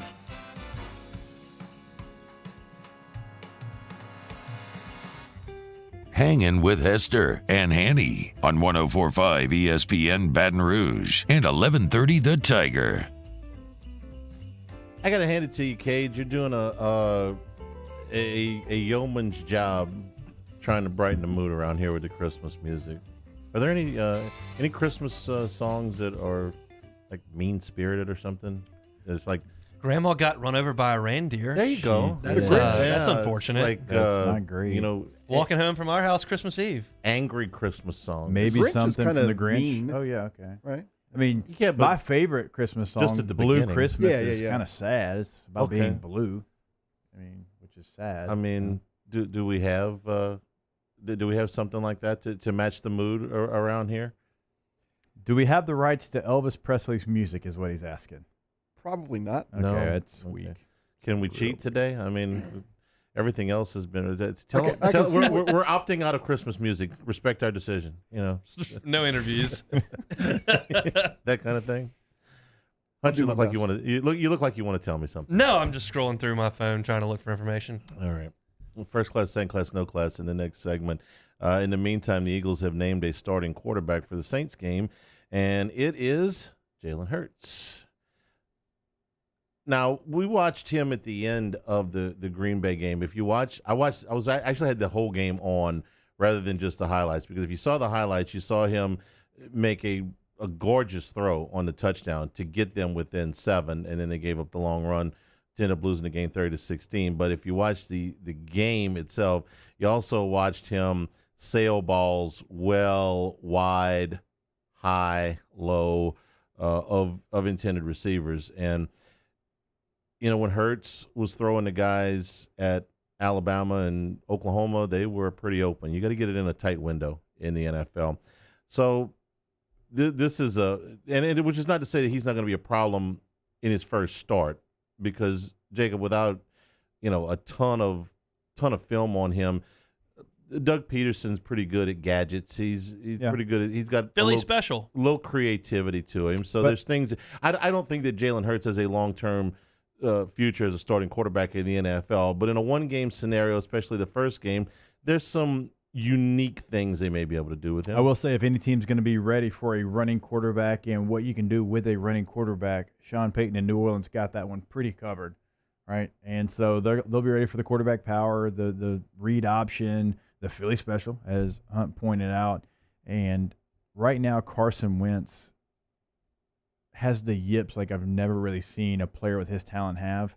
I mean, he can't do anything right now. So I think this is more of he's been so bad opposed to Jalen's ready to be an NFL When the starter. Eagles won the Super Bowl, is it outlandish to have suggested that Carson Wentz may have been the MVP before he got hurt?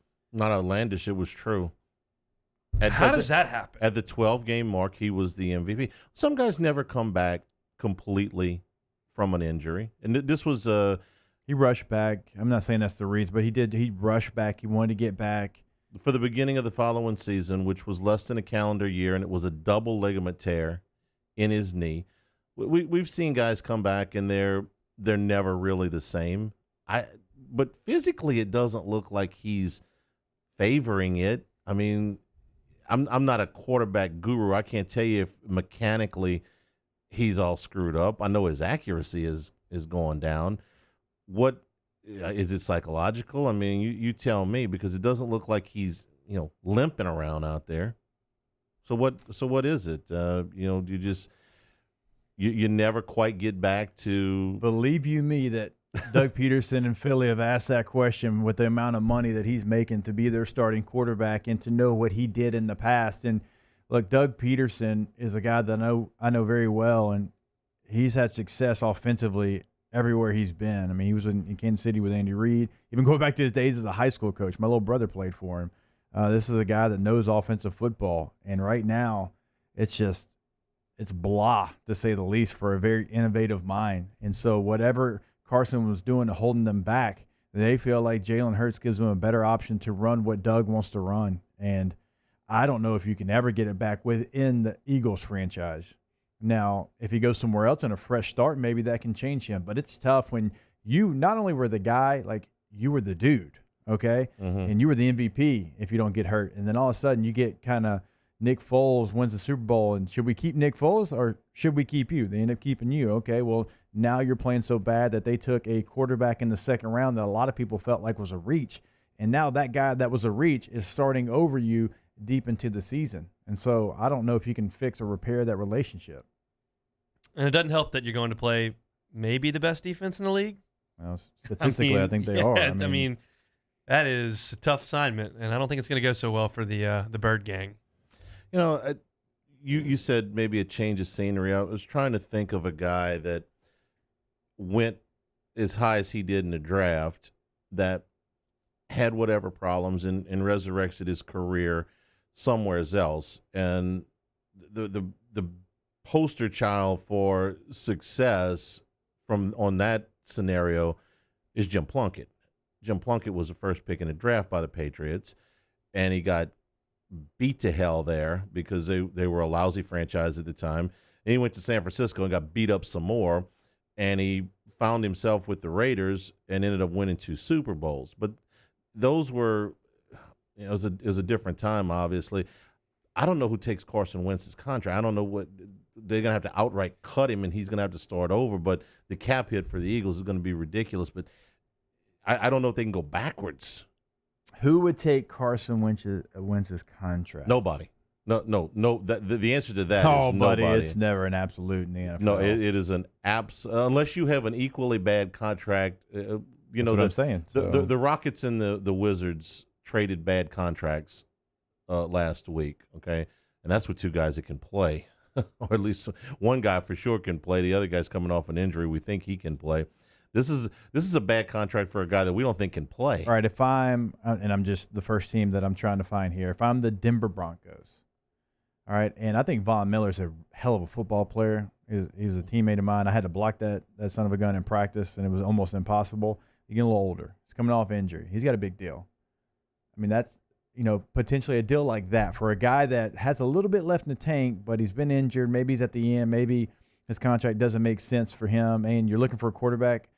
As we know in the NFL, a deal like that can be done. If you give them a second-round pick or something on top of it to take on some of that contract.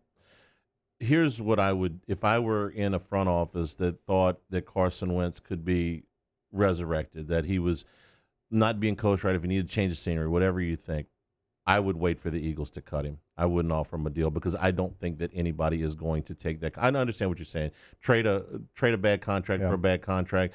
I would wait it out. I would say, I don't have to have Carson Wentz. I think we could do something with him. I think we could, turn him into a great reclamation project, but I don't know for sure. So I'm not gonna invest in it. I'm not gonna double down on Philadelphia's mistake and pay for that. I'll just wait for them to cut him. Let them take the cap hit. Then I'll sign him to a reasonable deal and see if he can play. And if he doesn't, then I'm not on the hook for it. Anyway, Jalen Hurts is going to start for Philadelphia against the Saints, and the Saints rush defense. The numbers, they're going back 3 years since they've allowed anybody to rush for 100 yards. But now you're looking at a quarterback that's going to run. I still like New Orleans' chances in this game an awful lot. And by the way, we're waiting to hear more later in the week on Drew Brees, which could be a whole nother. Taysom Hill against Jalen Hurts, it would be a game where the quarterbacks ran as much as any game in NFL history, right? Resemble a high school game. You just put your best athlete back there and snap it to him. Or it would resemble the game from 2 weeks ago when they played Denver, and Denver was lining up a wide receiver at quarterback. We'll take a break here. Hanging with Hester and Hanny is brought to you by Richards Honda, home of the warm and fuzzy feeling, 104.5 ESPN Baton Rouge. Hanging with Hester and Hanny. GMFS Mortgage, gmfsmortgage.com. Right now, you have so many options because of the low interest rates of what you can do from home ownership.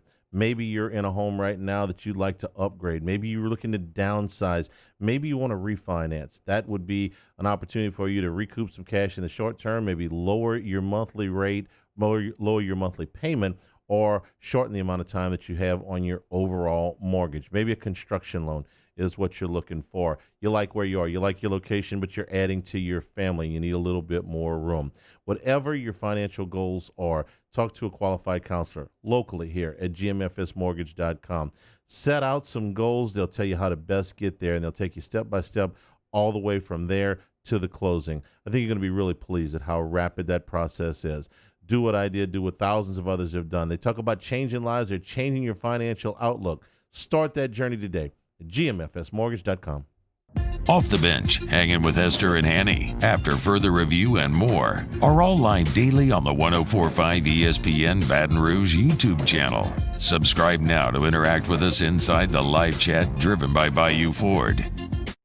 Gulf Coast Office Products is a nationally recognized Savin office equipment dealer based right here in Louisiana. Over 100 employees strong, Gulf Coast has the boots on the ground to support all vertical markets from education, engineering, legal, and finance. With the latest in office technology from desktop to production segment units, Gulf Coast and Savin have the perfect fit for you.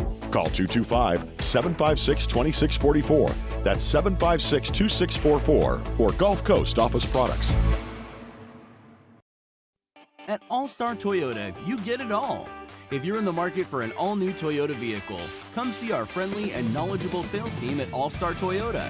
Located in Baton Rouge at the corner of Airline and Goodwood, we've been serving our community since 2005 by offering a large selection of new Toyota cars, trucks, and SUVs. Get behind the wheel of your dream car and take a test drive at All-Star Toyota today. Do you know someone who sets a good example for all of us to follow? Someone who, without being asked, shows leadership, selflessness, and service to their community? We believe that's the definition of a good citizen, and so does Citizens Bank and Trust. So, if you know someone that sounds like what Jordy was just describing, nominate them to be your good citizen, and they'll have a chance to win $500 from Citizens Bank and Trust. Plus, we'll mention him right here on the show. So go to citizensbankandtrust.com for more details and nominate your good citizen.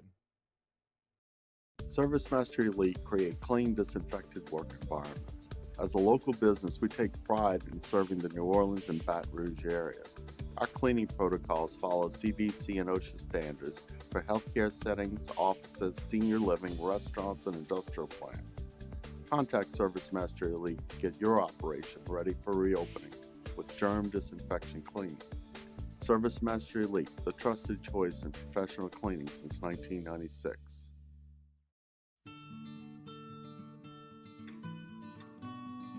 This is a house call. This is a follow-up appointment. This is a diabetes checkup.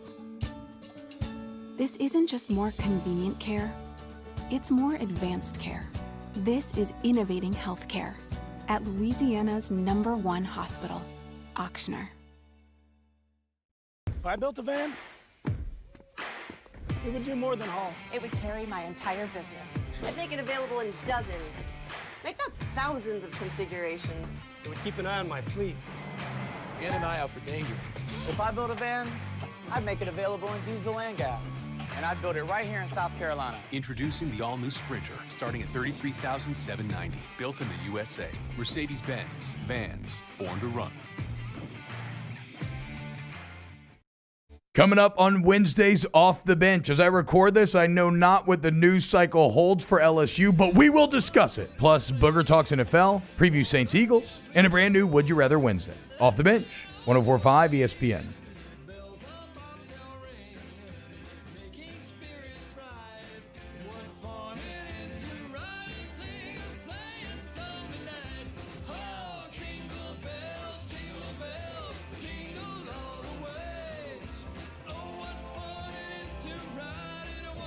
Hangin with Hester and Hanny on 104.5 ESPN Baton Rouge and 1130 The Tiger. Kay was taking requests. This is Elvis? No, it's That not. is not Elvis. Come on, Hanny. If you I was ever, about to if say you ever, Elvis was sick that day. If you ever, You can mistake type that in again. like Elvis in the virtual library. And it'll give you this something is similar. So this is like one of those guys This that isn't dresses up and similar, goes to Vegas, but- right? But, it'll do. It's better than what we've had.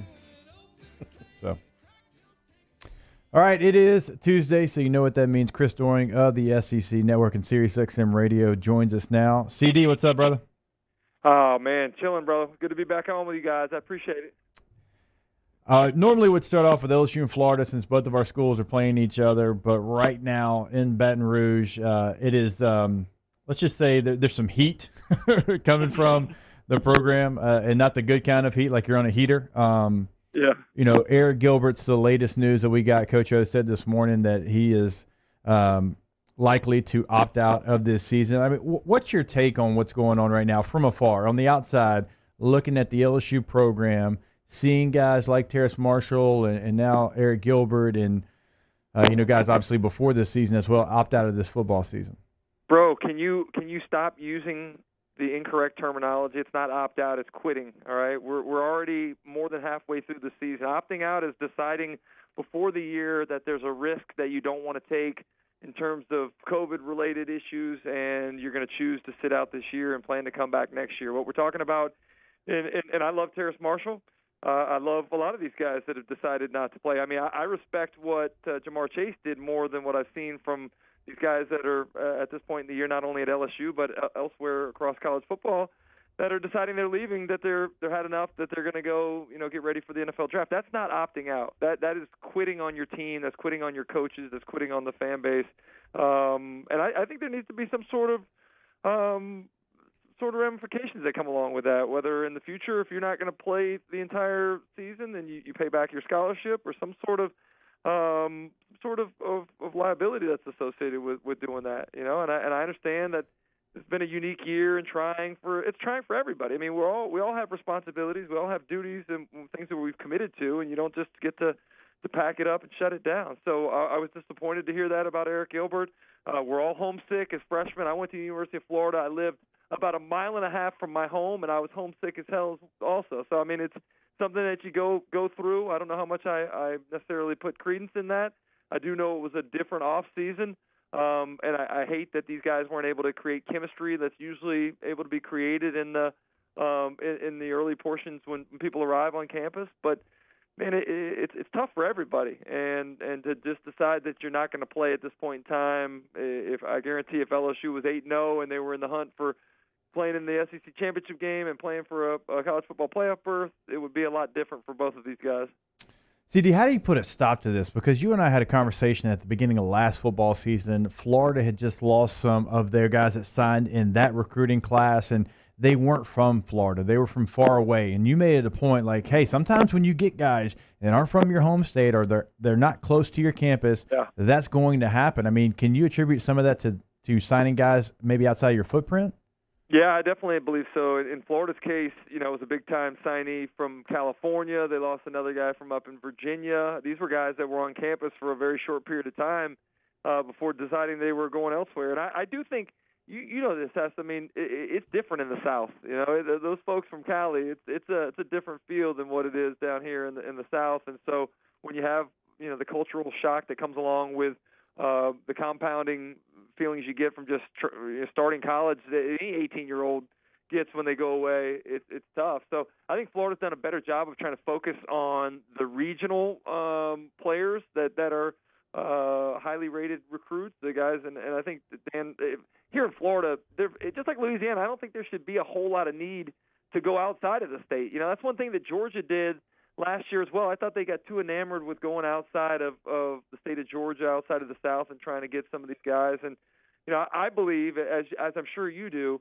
having grown up in Gainesville, having grown up in the state of Florida, I wanted nothing more than to play for the University of Florida. I've heard you talk about what it's like to play high school football in the state of Louisiana, and the goal of getting to New Orleans to play in the state championship in the Superdome, and what that meant.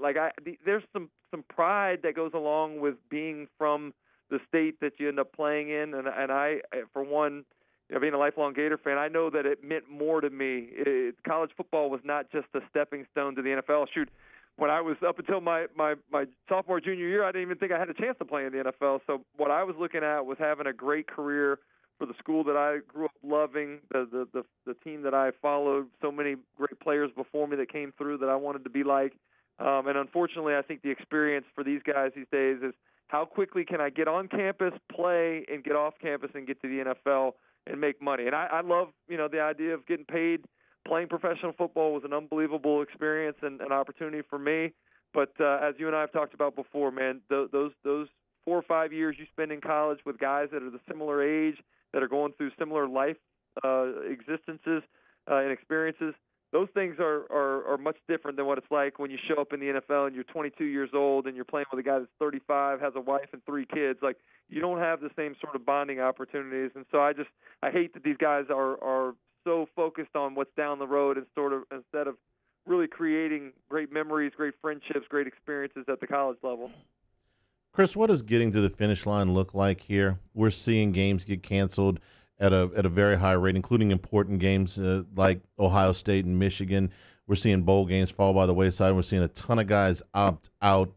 What's optimum for college football to get to the finish line?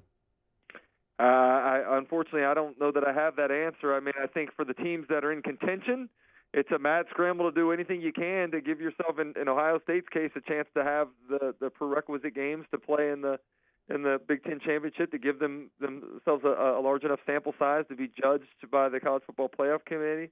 It's amazing how good we feel about Florida and Alabama. I mean, they're on a great normal feeling path to us. And then you have Texas A&M, where I think they really needed that game against Ole Miss. Another chance to go out and play well, to improve. They've only played 2 games over the last 5 or 6 weeks, I think it's been. And so we can look at where Texas A&M was, but the Texas A&M team that we saw this past week against Auburn was much different than the one we saw from LSU. So how does the committee, with all of these stops and starts for the Aggies, really how do they judge where this Texas A&M team is right now at the end of the season when they get to December 19th? Hopefully that Tennessee game will be played, but I think it's unfortunate. It's a big loss for the Aggies to not have the chance to go out there and play against Ole Miss this week. CD, I do want to ask you about Florida, their game against Tennessee. Look, you're playing a team on the road, and that team considers you a rival, so you get their best shot. You still win the game, I think, comfortably. I think that's just what that is. But as you move forward in the year, is there anything that concerns you for this Gator team moving forward, considering knowing what they have in Alabama coming up and still facing an LSU team that they are a 3-touchdown-plus favorite? Yeah, I can tell you first and foremost that I'm not feeling very good about several aspects, the offense being one of them. And I know people can point to the fact that Kyle Trask threw for over 400 yards, that he threw 4 touchdowns. But I go back and look at the tape. I look at the 7 or 8 plays of missed opportunities. I look at the unevenness, the inconsistencies. Like Florida probably should have scored 50 points against Tennessee, and for one reason or another, they're letting plays get away from them. Florida was extremely sharp if you go back offensively, second half of Missouri against Arkansas. But the last 3 weeks against Vandy, Kentucky, and Tennessee, 3 inferior opponents, they're not doing what's necessary. And you know this, having played on great teams, it's never about the opponent. It's only about yourself and what you can do to go out there and be the best version of yourself on game day. And right now, from what I've seen for Florida's offense, as well as they've played at times, and they really do look good, when they're clicking. But at other times, they just get bogged down for whatever reason. I want to see them go out and put a complete game together. I know LSU fans listening there in Baton Rouge don't want to see that, but I think this is a great opportunity for a dress rehearsal, so to speak. I know it's an important game. You got to win. I imagine there's not a whole lot of optimism in Baton Rouge right now for this one. But for Florida, go out and play your best game, man. Play great on offense. Finish every drive. Defensively, I have concerns that we've had the entire year. I mean, it's a defense that I don't think is very physical. They have a hard time getting aligned and knowing where their assignments are. In coverage, I don't think they play the ball very well in the air. Those are not good signs with who's looming in Atlanta on December 19th. So there's some work to be done. I think defensively, Florida's got to find a way to maybe dumb it down a little bit. I think they're asking their guys to do an awful lot, and I'd rather have guys that are aligned and understand what they're doing as opposed to trying to do too much where you're getting bust the way that Florida has in the last couple of weeks. All right, Chris, we've seen the Twitter mob do a lot of bad things over the years, but today they're actually trying to do something constructive, I would say. There's a movement afoot to have Texas A&M and Ohio State play this Saturday. I'm a realist. I understand it. There's almost zero chance of this happening, but can you get behind this? Can you give us a little help here? I mean, can we get this thing? Can we get this thing done? I wish I could get that thing done. The best part about this year, I think, has just been the demonstration of what's possible with a little flexibility and not having to necessarily hold yourselves to standards that were created years ago that aren't even applicable now. I mean, I love what Coastal Carolina and BYU did in setting an example for what can be done.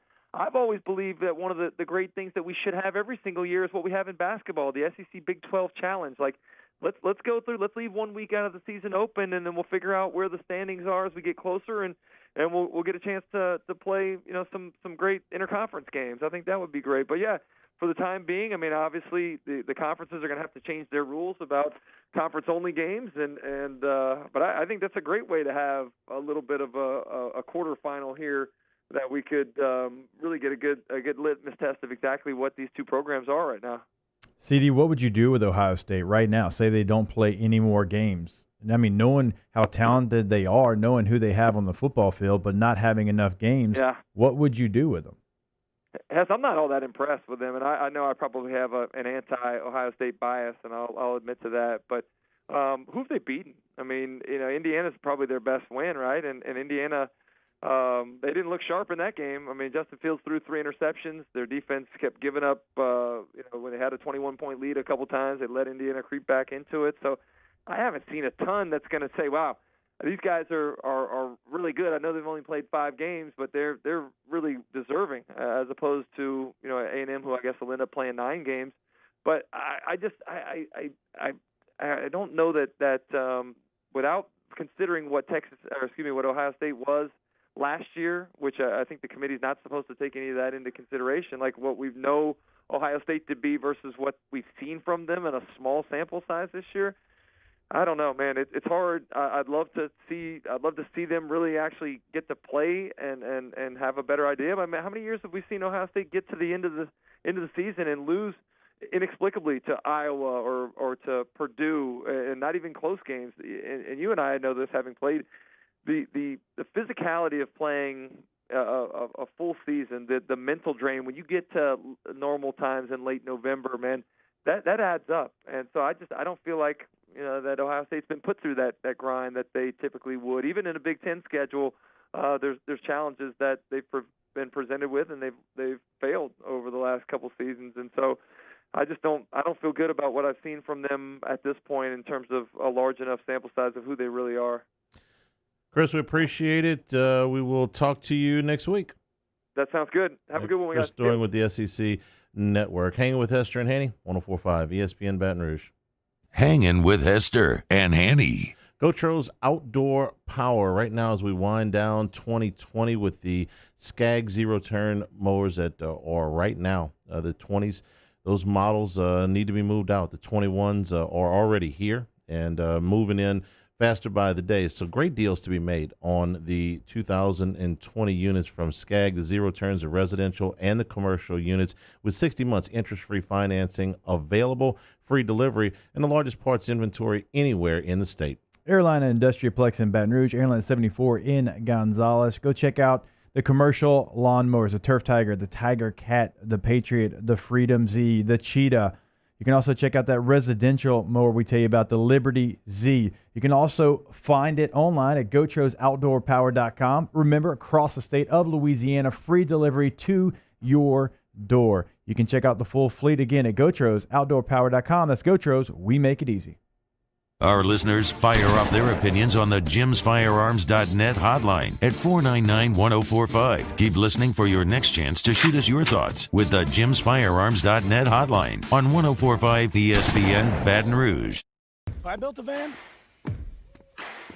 it would do more than haul. It would carry my entire business. I'd make it available in dozens, make not thousands of configurations. It would keep an eye on my fleet. And an eye out for danger. If I built a van, I'd make it available in diesel and gas. And I'd build it right here in South Carolina. Introducing the all-new Sprinter, starting at $33,790. Built in the USA. Mercedes-Benz. Vans. Born to run.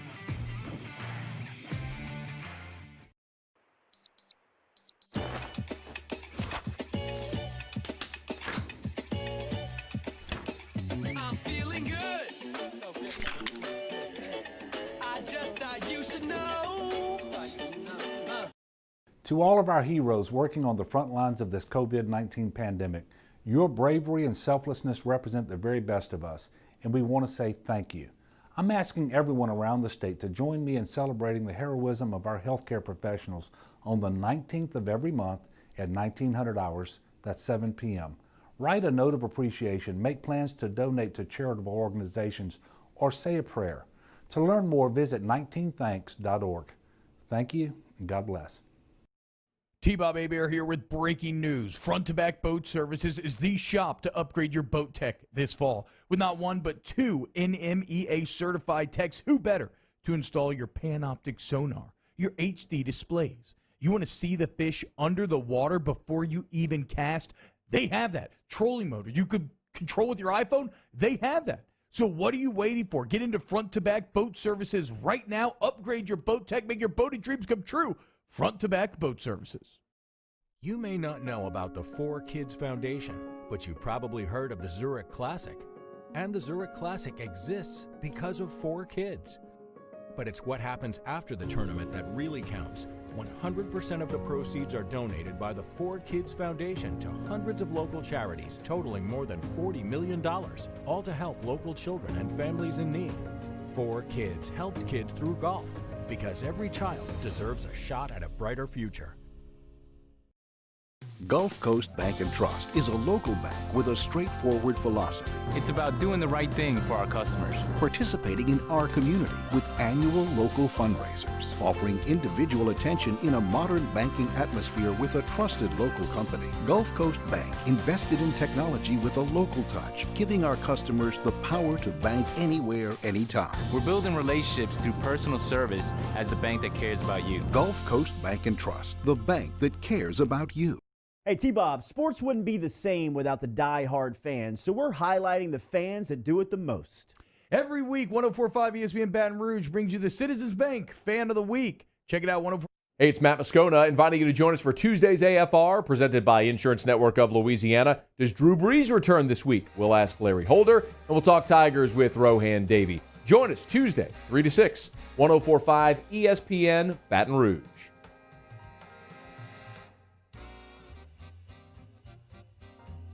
Hangin' with Hester and Hanny on 104.5 ESPN Baton Rouge and 1130 The Tiger. Hanging with Hester and Hanny and Hunt. Thanks to Hungry Howie's. Good to see you back in studio, empty-handed. It's a pleasure to be here. Right. Thank everybody for making another great week over at Hungry Howie's. Last week gave you 51% off with that promo code. It was an awesome week over there, and we appreciate y'all for making that happen. We tell you about them every single Tuesday and Thursday. Those delicious flavored crust, a butter crust, Cajun crust, butter cheese, garlic herb, onion, Asiago, ranch. Make that part of your dinner plans tonight. Hungry Howie's delicious pizza, and you can customize that crust. You can do a thin crust. You can do a stuffed crust. Just do the normal crust. Get the Hungry Howie's app. Customize your pizza, including that delicious flavored crust, and make it part of your dinner plans tonight. Hungry Howie's Nicholson, just south of LSU's campus. HungryHowies.com, or like I said, on the app. And they bring you Hanging with Hester, Hanny, and Hunt on Tuesday and Thursday, and Hoops with Hunt every Holy morning. H's. A lot of H's. A lot of H's. Lots of H's. Hungry? Howie's. I was going to do like a Hungry Howie's because of the mood today, but whatever.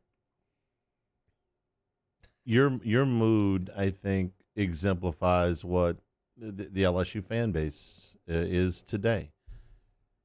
I mean, it feels like so much more than just a tight end opting out, quitting is the operative word. Doering said it. It's a great point.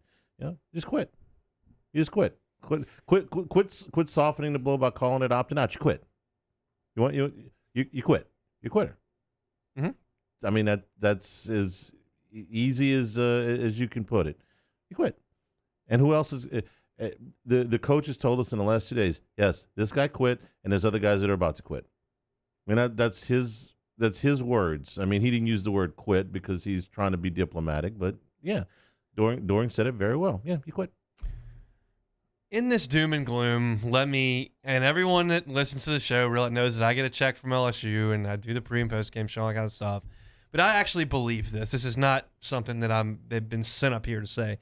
I actually believe this. Are you a spy? I'm not. You a mole? Things are bad right now. Things are not. No, they're bad. Things are bad in that building right now. This season has been bad, and the situation is bad. But the good news is that this sport stacks the deck so heavily for the elite, which LSU is, that you're never that far away.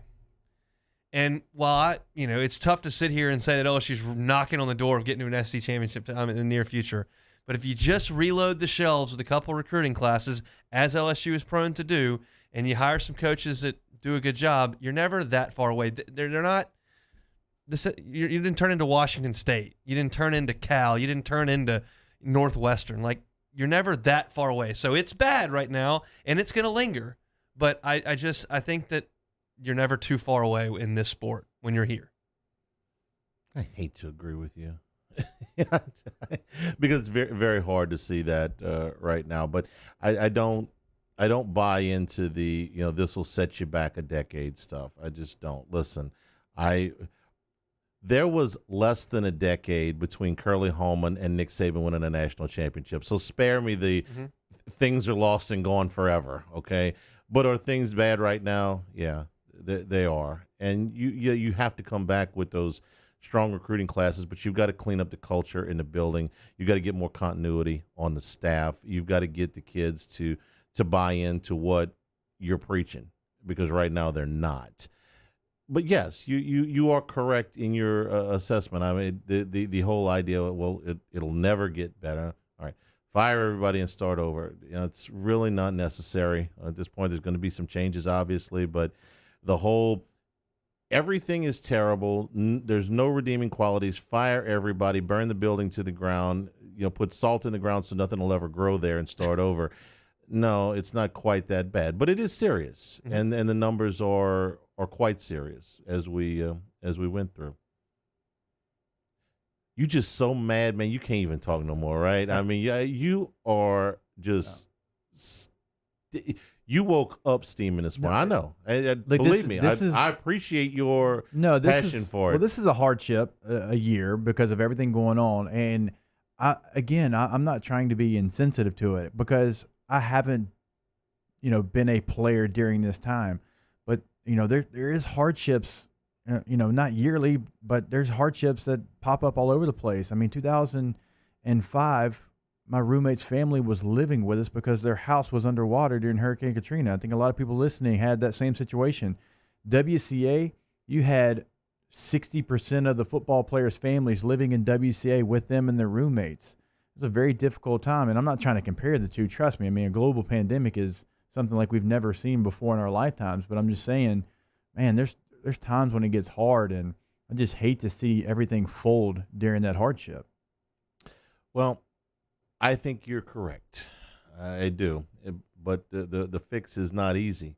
If the fix for you to say, well, hey, go ahead and do that one thing. It's not one thing. It's a whole series of things. Hunt, enjoy. I'll see y'all on Thursday. All right. Bring us some meat, man. He's never going to do that. He's just not that guy, You just never know. Hanging with Hester and Hanny, 104.5 ESPN Baton Rouge.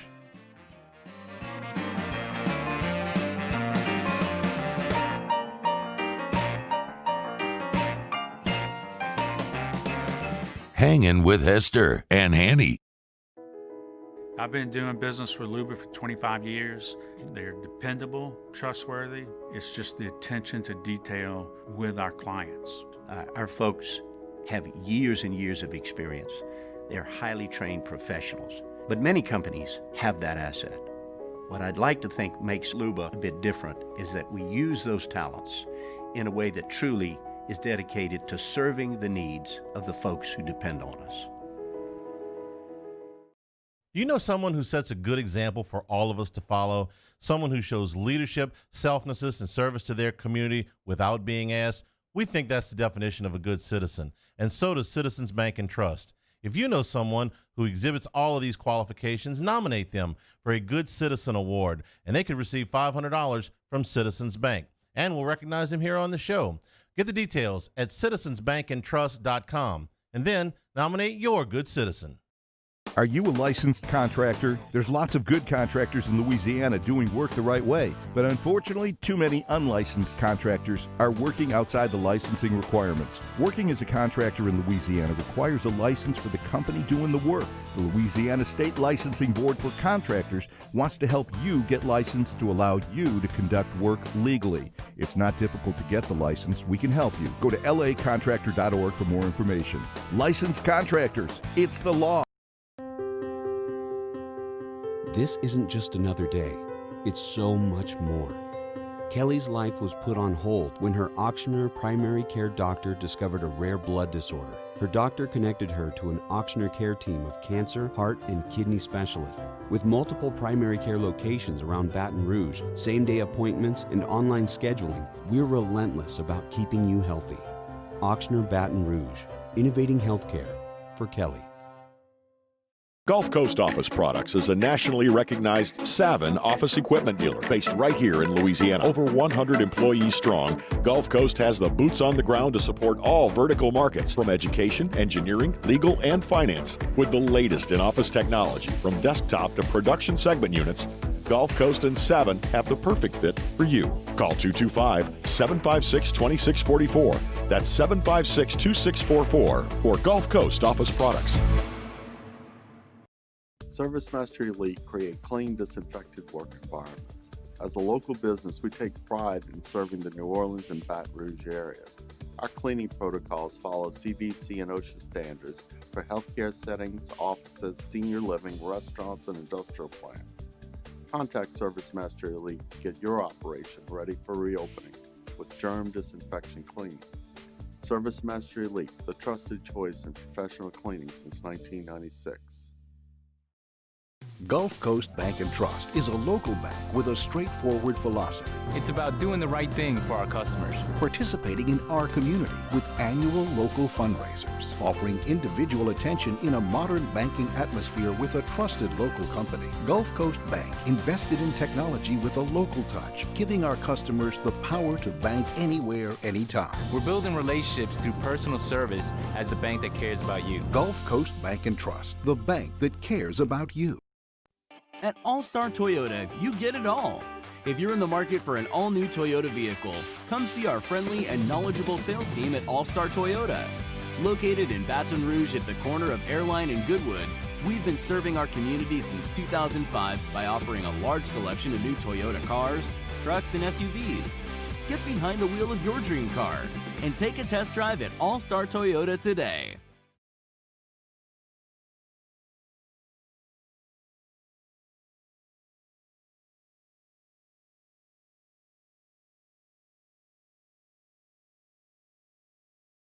Callahan Injury Lawyers. This is SportsCenter.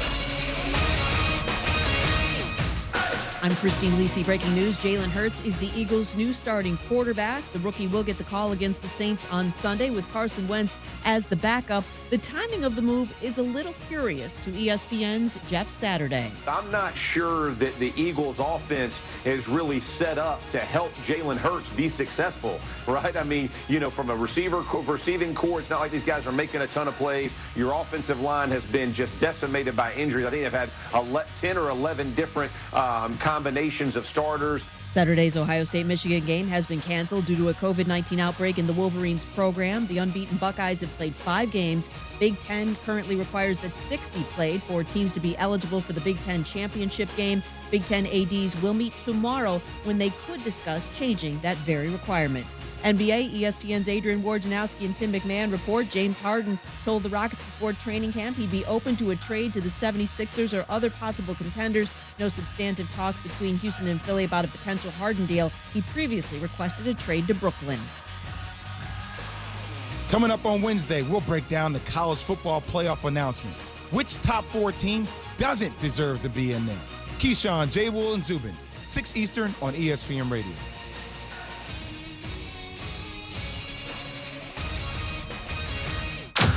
Now, Hangin with Hester and Hanny with Jacob Hester and Charles Hanagriff. Hester and Hanny on 104.5 ESPN Baton Rouge and 1130 The Tiger. Alongside Jacob Hester, here's Charles Hanagriff.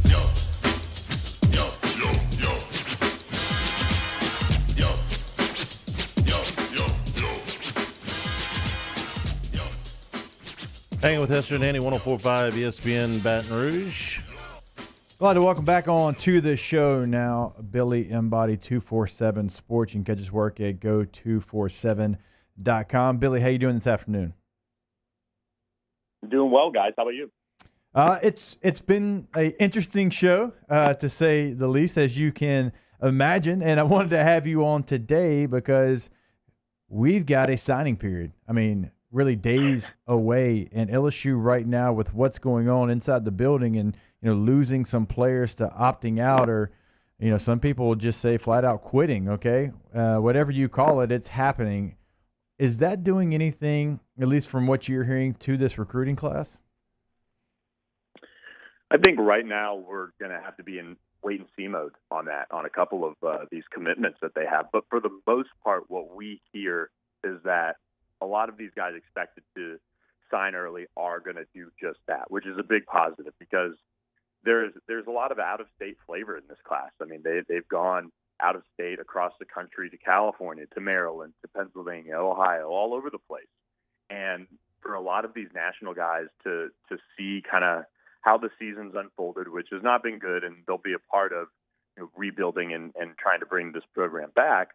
But on the flip side of things, all of the opting out, the off the field chatter that we've heard from the summer really until now. They're watching that, but most of them, they do appear locked in, and that's the good thing. I would say the one player for the most part right now, outside of a couple that you hear random bits and pieces of chatter that we're watching, is Rajon Davis, the 4-star linebacker, a position of need, a top 50 overall prospect on the 24/7 Sports Composite. He's weighing his options to potentially sign early or sign late. He plans on playing out his senior year with Mater Dei, or however they're going to play football in California at this point. And so he's trying to figure out whether he wants to sign early. He's been a long-time commit. He's been recruiting a lot of these guys for a long time to join him in Baton Rouge. But Arizona State, USC, and Ohio State a little bit are the ones that have really been putting the press on him. I think the big worry right now is USC, but he was at Arizona State last weekend with Corey Foreman and a couple other prospects just checking out the campus. But I would say right now, from what he told us, at least before that visit, he was leaning towards signing early, but he's trying to work that out as we speak. So how did that happen? Because like you said, he was kind of every class, I don't want to call it a cheerleader, but every class kind of has a head guy that tries to get everybody else to sign. He is the guy in the group that is kind of the captain of the recruiting class. And I always tell, like, Glenn Dorsey was that captain for us. He was trying to get everybody together, try to get as many guys as he could in the class. Every single class has one. So how do you go from that guy to potentially maybe looking elsewhere? Yeah, I think the big thing that Rajon's watching is will there be coaching changes on the defensive side of the ball? Bo Pelini being number one, that's his position coach, or would be his position coach at LSU.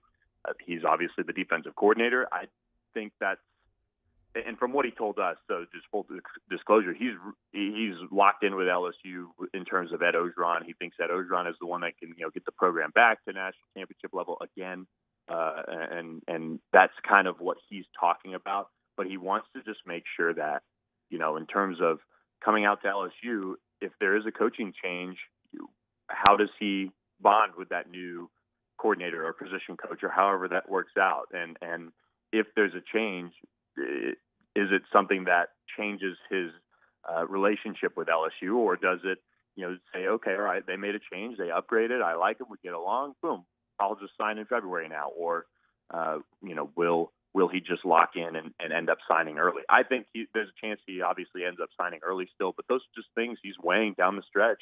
And after the season Bo Pelini's had in Baton Rouge, I mean, you can't help but hear the chatter at that point. Billy Embody is our guest.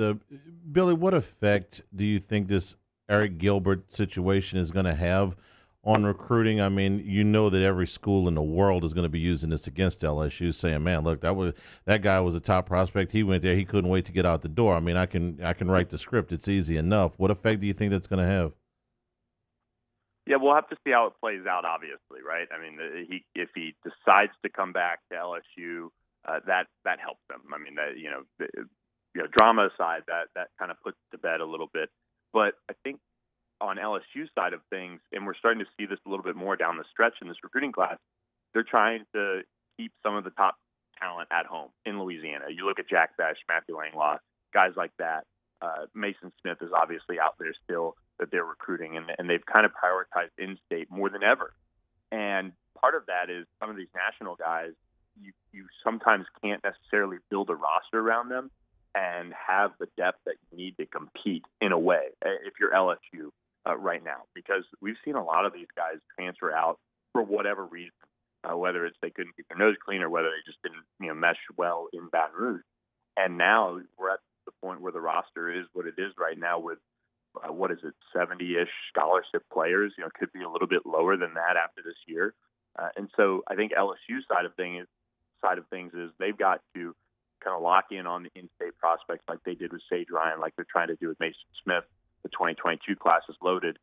I think if LSU gets back to national prominence in the future, that'll kind of take care of the national guys a little bit better that they want to get, like we've seen in this class. But make no mistake about it. I mean, Arik Gilbert's the highest-rated tight end ever on 24/7 Sports. Out of tight ends drafted over the last few years in the first round, and I've got to give a shout-out to one of our Go 24/7 subscribers that researched this just kind of at work today. Arik Gilbert's had by far the most productive year as a true freshman out of any of the first-round draft picks at tight end over the last few years in the NFL draft. So it's not like things have gone poorly for him.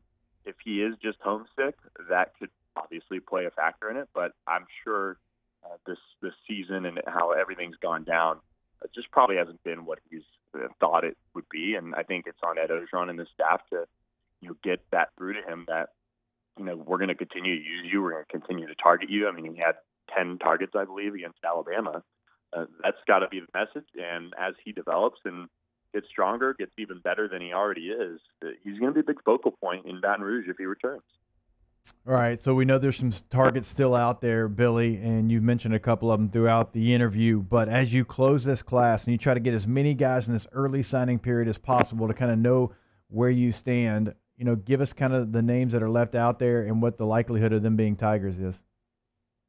Yeah, I think that the targets down the stretch really to know would be Mason Smith, who's in-state in Louisiana, 5-star prospect, big defensive tackle that they've got to land. And he's looking like he's going to announce in the early signing period and not wait until January 2nd, which could be a big day for LSU, but it also could be a day that you'd want to forget because 2 more 5-star prospects, Corey Foreman and Tristan Lee, the defensive lineman and offensive tackle, are set to announce. And I'll be honest with you guys, I don't think things are trending really well for either of them, and especially Corey Foreman. Tristan Lee, you can kind of say, okay, all right, he's been to Baton Rouge a ton. He's made some other visits. He's maintained that, he really likes LSU. His mom is somebody that, appears to be very favorable towards LSU, but ultimately it's probably Tristan's decision. And, there are other players here that have done a really good job recruiting him as well. Oklahoma, Florida, Clemson, those are the ones that come to mind for me with Tristan, and they've got to get him in terms of position of need. Does it get any bigger than Tristan Lee, a 5-star offensive tackle that could come right in and step right in and play some serious snaps for you? Probably not at this point. And then you look at Jordan Gilbert, who's set to announce on January 2nd, and all of those guys who announce on January 2nd could sign early as well and just kind of keep it quiet in terms of where they're going to go until they make their announcement. And then Demarius McGee, and you look at cornerback as a position that, probably needs an influx of talent. Demarius McGee out of the Pensacola area is a recent Tennessee decommit. LSU's battling Miami. He's a top 200 overall prospect. Corey Raymond's really spearheaded that recruitment. And as far as all those guys go, those are the ones I think for the most part you've got to watch down the stretch here, whether it's December 16th or January 2nd. Billy, thanks for the time. We appreciate it. We'll talk to you as we get closer to Sunday. Sounds good. Anytime, fellas. Hanging with Hester and Hanny is brought to you by Richards Honda, home of the warm and fuzzy feeling. 104.5 ESPN Baton Rouge. Hanging with Hester and Hanny. Have you had your central AC and heating unit checked? Our friends over at Tiger Air. If you're in the program, you already had your I'm going to call it a tune-up. That's what it is, basically. It makes sure that your unit is running efficiently every time we change seasons. I've already had mine checked, and I know that everybody in the program gets a little bit better bang for their buck. It's going to make sure your unit runs as efficiently as possible. It's going to mean lower energy bills for you. And, of course, with the American Standard Heating and Air Conditioning Service, you're already saving money. Tiger Air can help you save more. I love reading some of the testimonials over at tiger-air.com. This one comes from Andrew. Tiger Air has provided a consistent level of high-quality service and upgrades to my home for more than a decade. They do this with responsive call-outs when needed and provided quality products and service. It's just, look, you go through the testimonials, 10 years, 30 years, 20 years. Tiger-air.com is where you can find that. You can also call them 225-754-8687. We opened up the playbook and expanded our coverage. Listen daily in high definition on 98.1 HD2. We are 104.5 ESPN Baton Rouge.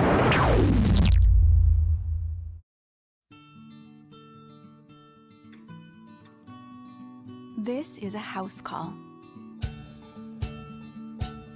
This is a follow-up appointment. This is a diabetes checkup. This isn't just more convenient care, it's more advanced care. This is innovating healthcare at Louisiana's #1 hospital, Auctioner. If I built a van, It would do more than haul. It would carry my entire business. I'd make it available in dozens, make not thousands of configurations. It would keep an eye on my fleet. And an eye out for danger. If I build a van, I'd make it available in diesel and gas.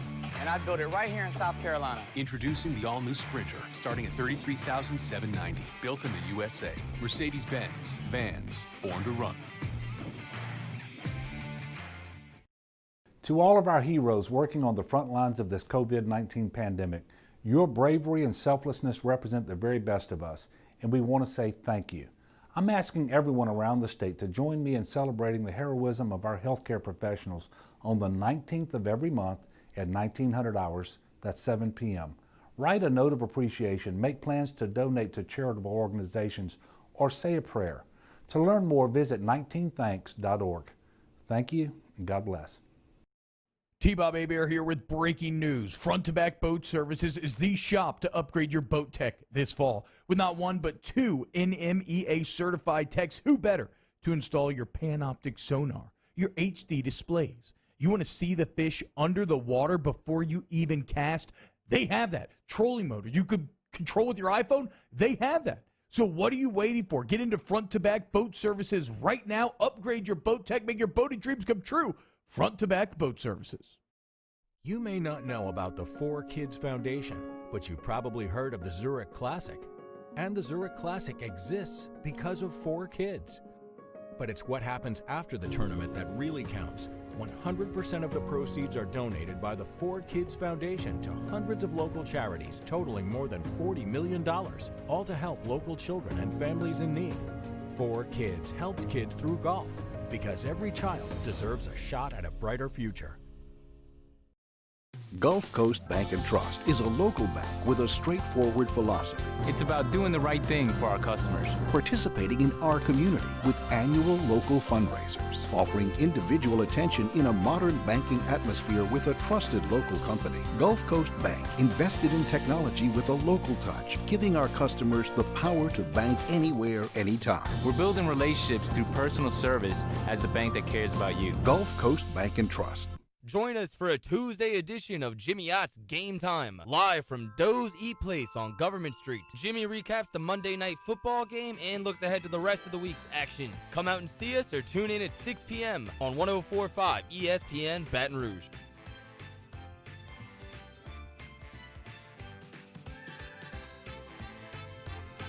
Hangin' with Hester and Hanny on 104.5 ESPN Baton Rouge and 1130 The Tiger.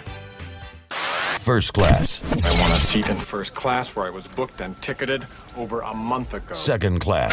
That no man should be subjected to the indignity of being labeled or treated like a second-class citizen. And no class. My life had become like school on Sunday. No class.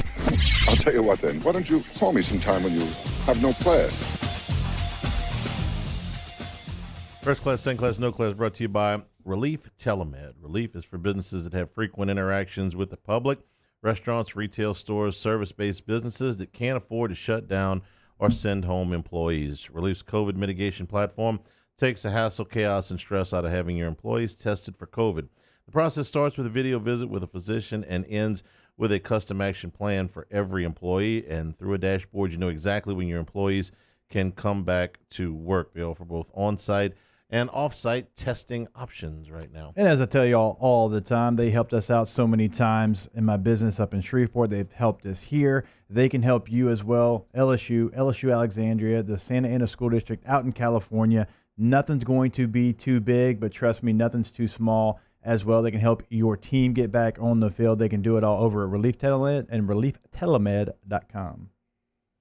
Do you want me to go first? Yeah, I'd love for you to go first, actually. All right. Yeah. Here's my first class. Everybody didn't quit. I'm dead serious. Everybody that didn't quit. To the people that stuck it out. The people that didn't take the easier way out. And I don't know if the easier way out's going to be the better way out long term. The people that tried to do what was right. And my version of right and other people's version of right might be something different, but I admire those that that came out and said, hey, you know what, we're we're going to hammer through this thing. Rules were set and they followed the rules. And I'm not just talking about sports either. Everywhere. The don't do as I say, do as I say, not as I do. Politicians. I put them in the list of quitters too. Yeah, I'm trying to think of some guys, that were on the 2019 team as starters that are going to have the opportunity to play in the NFL. Austin Deculus, Jacoby Stevens, guys like that. That honestly, the easy way out would have been to do what everybody else is doing, but they're still with the team, still trying to go out there and haven't played their best. I understand that, but to your point, I agree. Yeah, that's my first class. All right, I try to stay away from LSU because I would have had like a lot of no classes, so I'm going to try to stay away, and I made my list yesterday anyway. So first class, my wife helped me out with this. She showed it to me. There was a middle school, or I think it was a high school basketball game and in San Antonio, and they were about to play the Star Spangled Banner, and the audio wasn't working. And it was, scratchy. Every time they got it on, it would just pop off, and they were just going to move on. And there was a dad in the stands that's eating popcorn, stands up, not even, asked to do this, and starts singing. Now, he could actually sing a little bit, but he just starts singing, sings the whole thing, no music, a cappella, just goes off, and then sits back down and starts eating his popcorn like nothing ever happened. We'll try to get the video. We can put it up on our Twitter page. I couldn't find it in time today. It was a really cool moment. I mean, he literally realizes that, it was important to sing it, stands up, word for word, doesn't miss a word, is on key, and then literally sits down, eats his popcorn, ready to watch the basketball game. That's a great story. Can I follow up on that one a little bit? This happened at the box once, and we had all kinds. We'd have 35 to 40 different versions of the national anthem every year, and it was, you had a little bit of everything. You had there was a choir that would come in and sing it. Sometimes it was really good. A lot of individuals sang it. Sometimes they would have a young person sing it. There was a young man with a violin that would come in once a year, and he would play the national anthem on the violin, which was really a different take on it. Was really nice.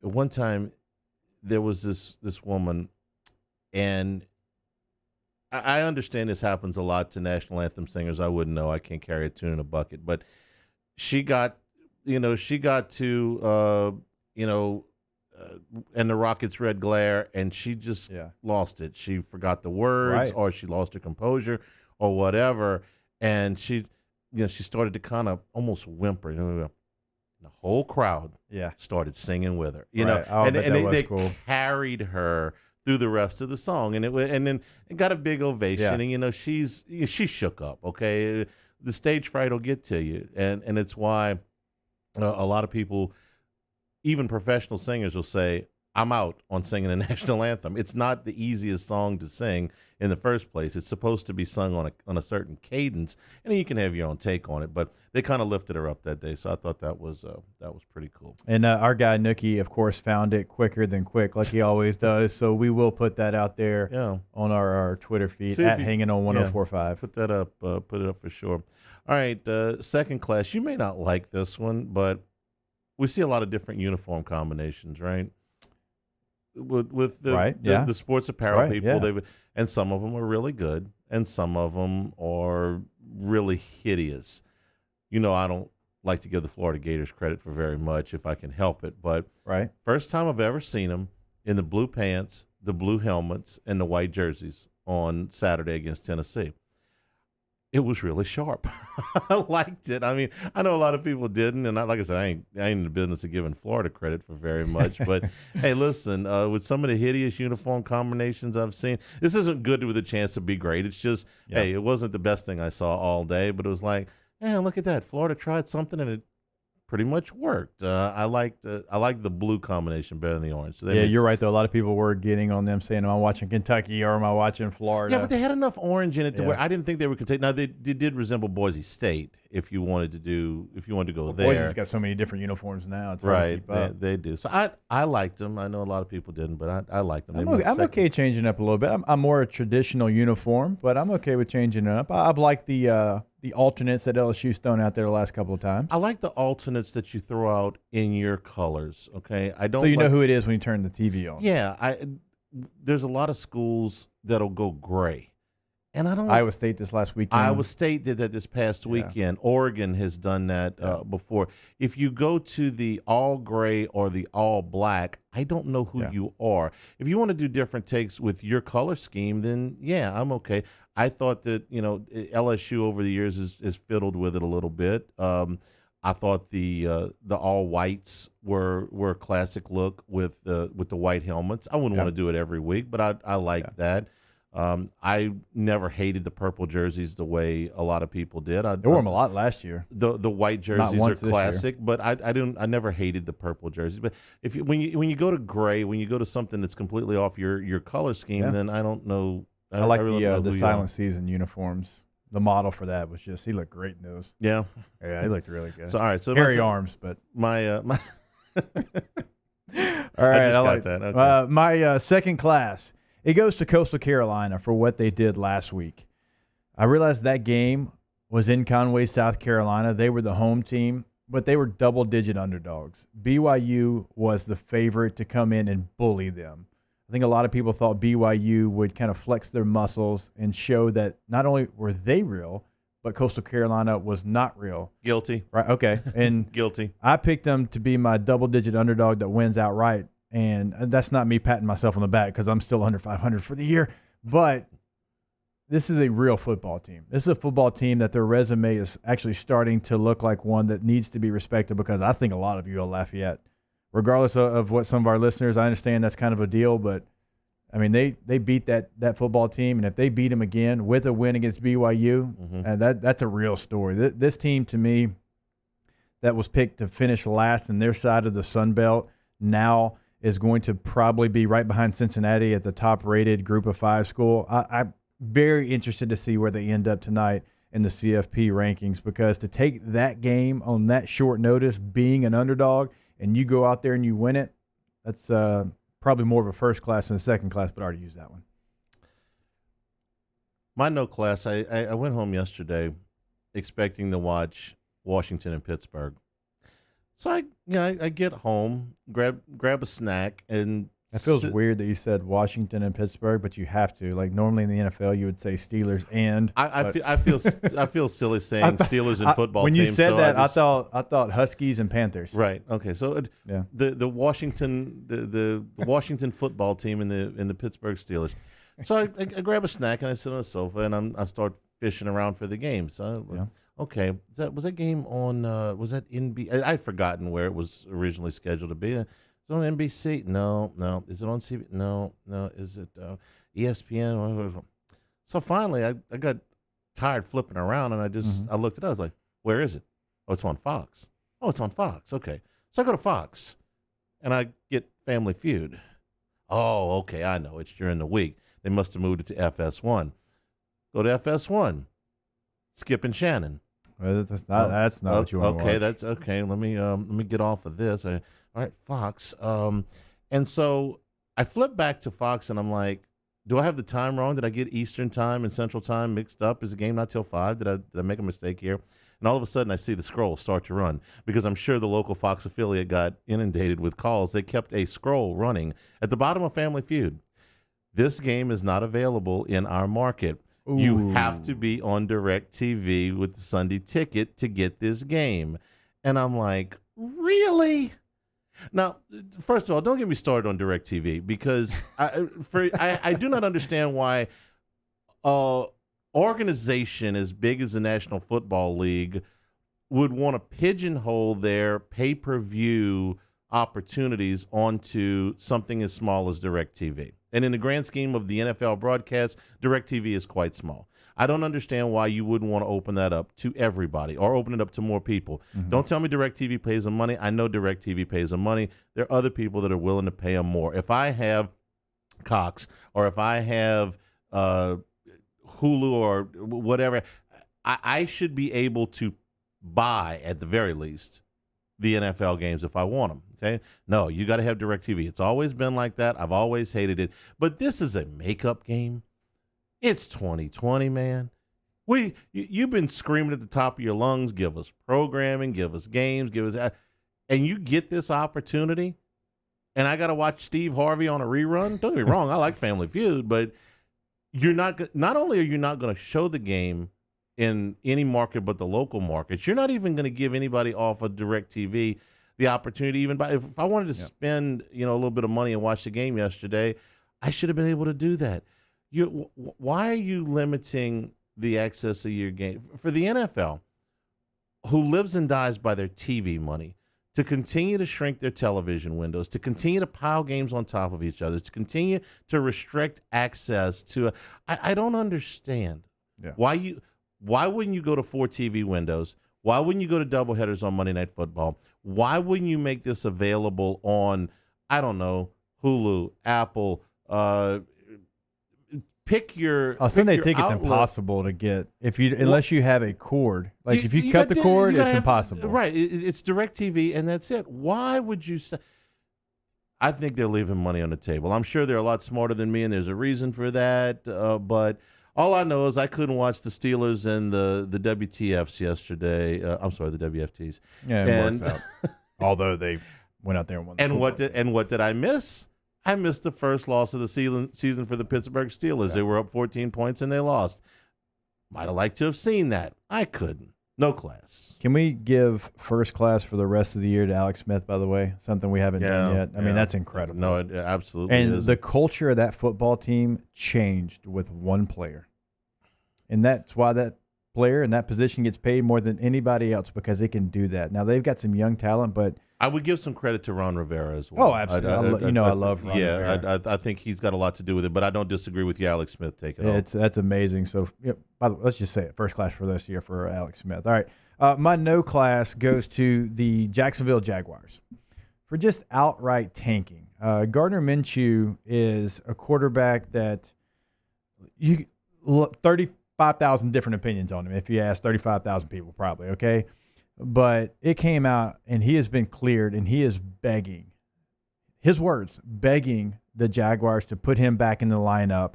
And he said, it's frustrating. He said, I pretty much went and begged before the Cleveland game to be able to play. It sucks, there's no way around it. I want to be out there. I want to be helping our team. But if helping our team is me being the best number 2 I can be, that's what I've got to do right now. So he said the right thing. But this team is just absolutely tanking right now. People think the owner wants to move the team to London because of his moves, because him owning Fulham, a Premier League soccer team. He owns, stadiums, obviously, in London that he could put his team in. And it's just such a bad organization. We talk about the best organizations a lot on this show.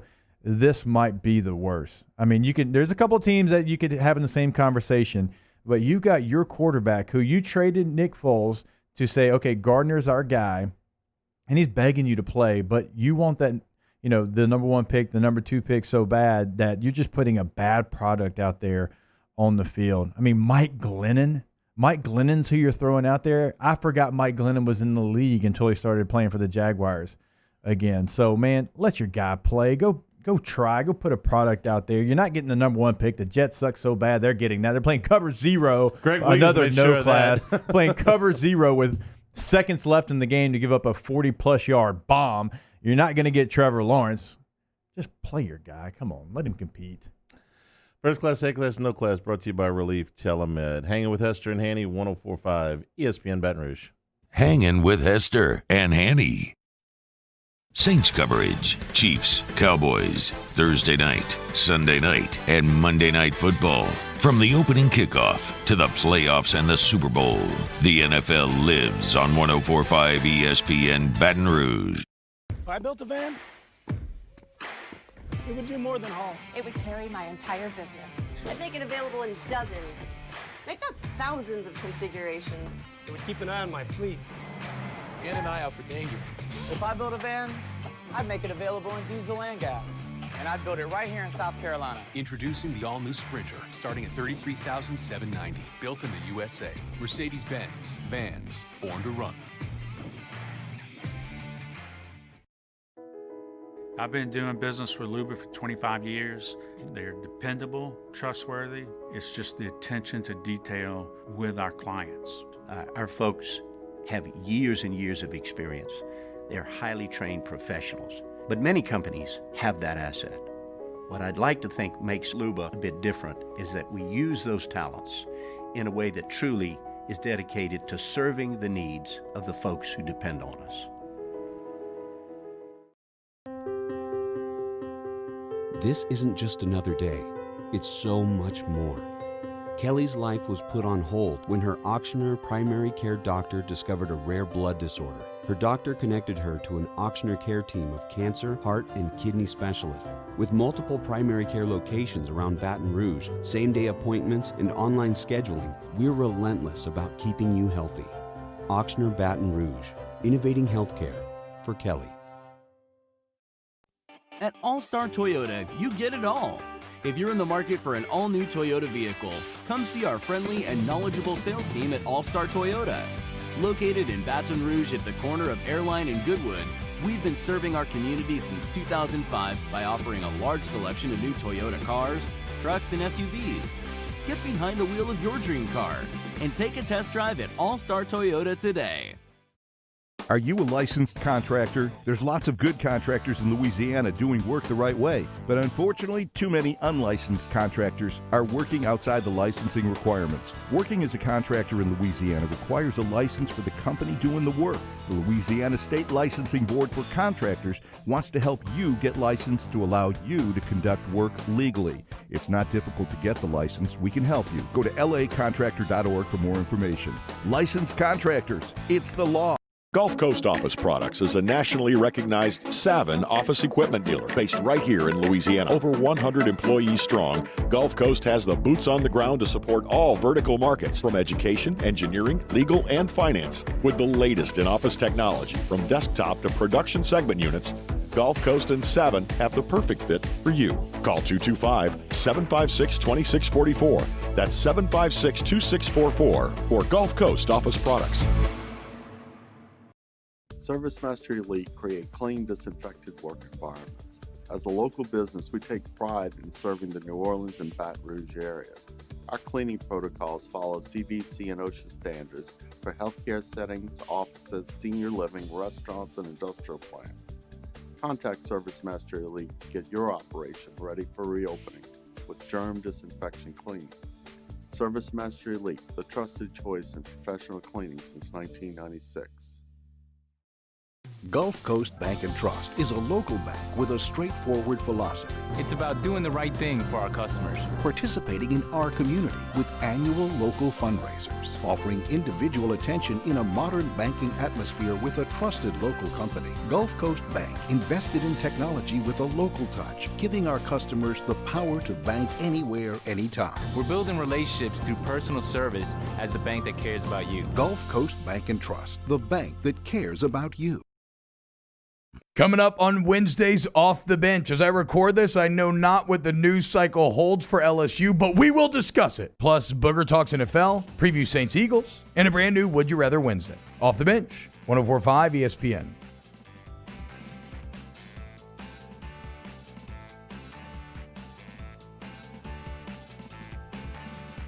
Hangin with Hester and Hanny on 104.5 ESPN Baton Rouge and 1130 The Tiger.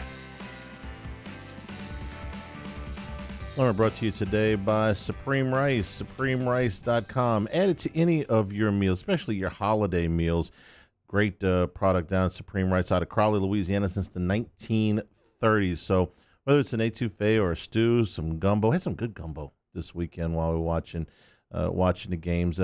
Look, I can eat gumbo in any weather, but gumbo in the cold weather is just a little bit better. So you can get Supreme Rice at any of your Walmarts, any of your Costco's, any of your AG food dealers. The long grain, the brown rice, or the jasmine, all available in up to the 5-pound bags.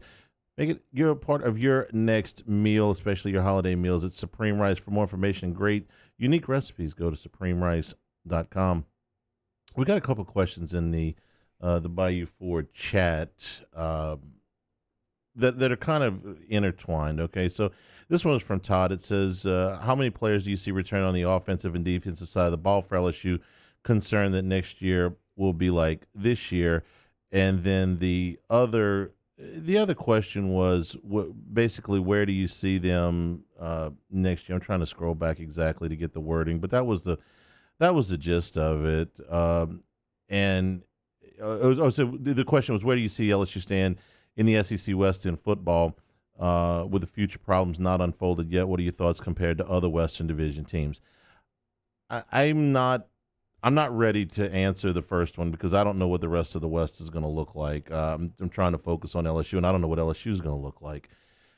But we went through this early in the show, and I want to do it again because I think it's worth revisiting. By my count only, LSU's got, in my opinion, 43 guys that I would consider strong probabilities to come back on next year's team, right? And 13 players on a list that I would consider iffy.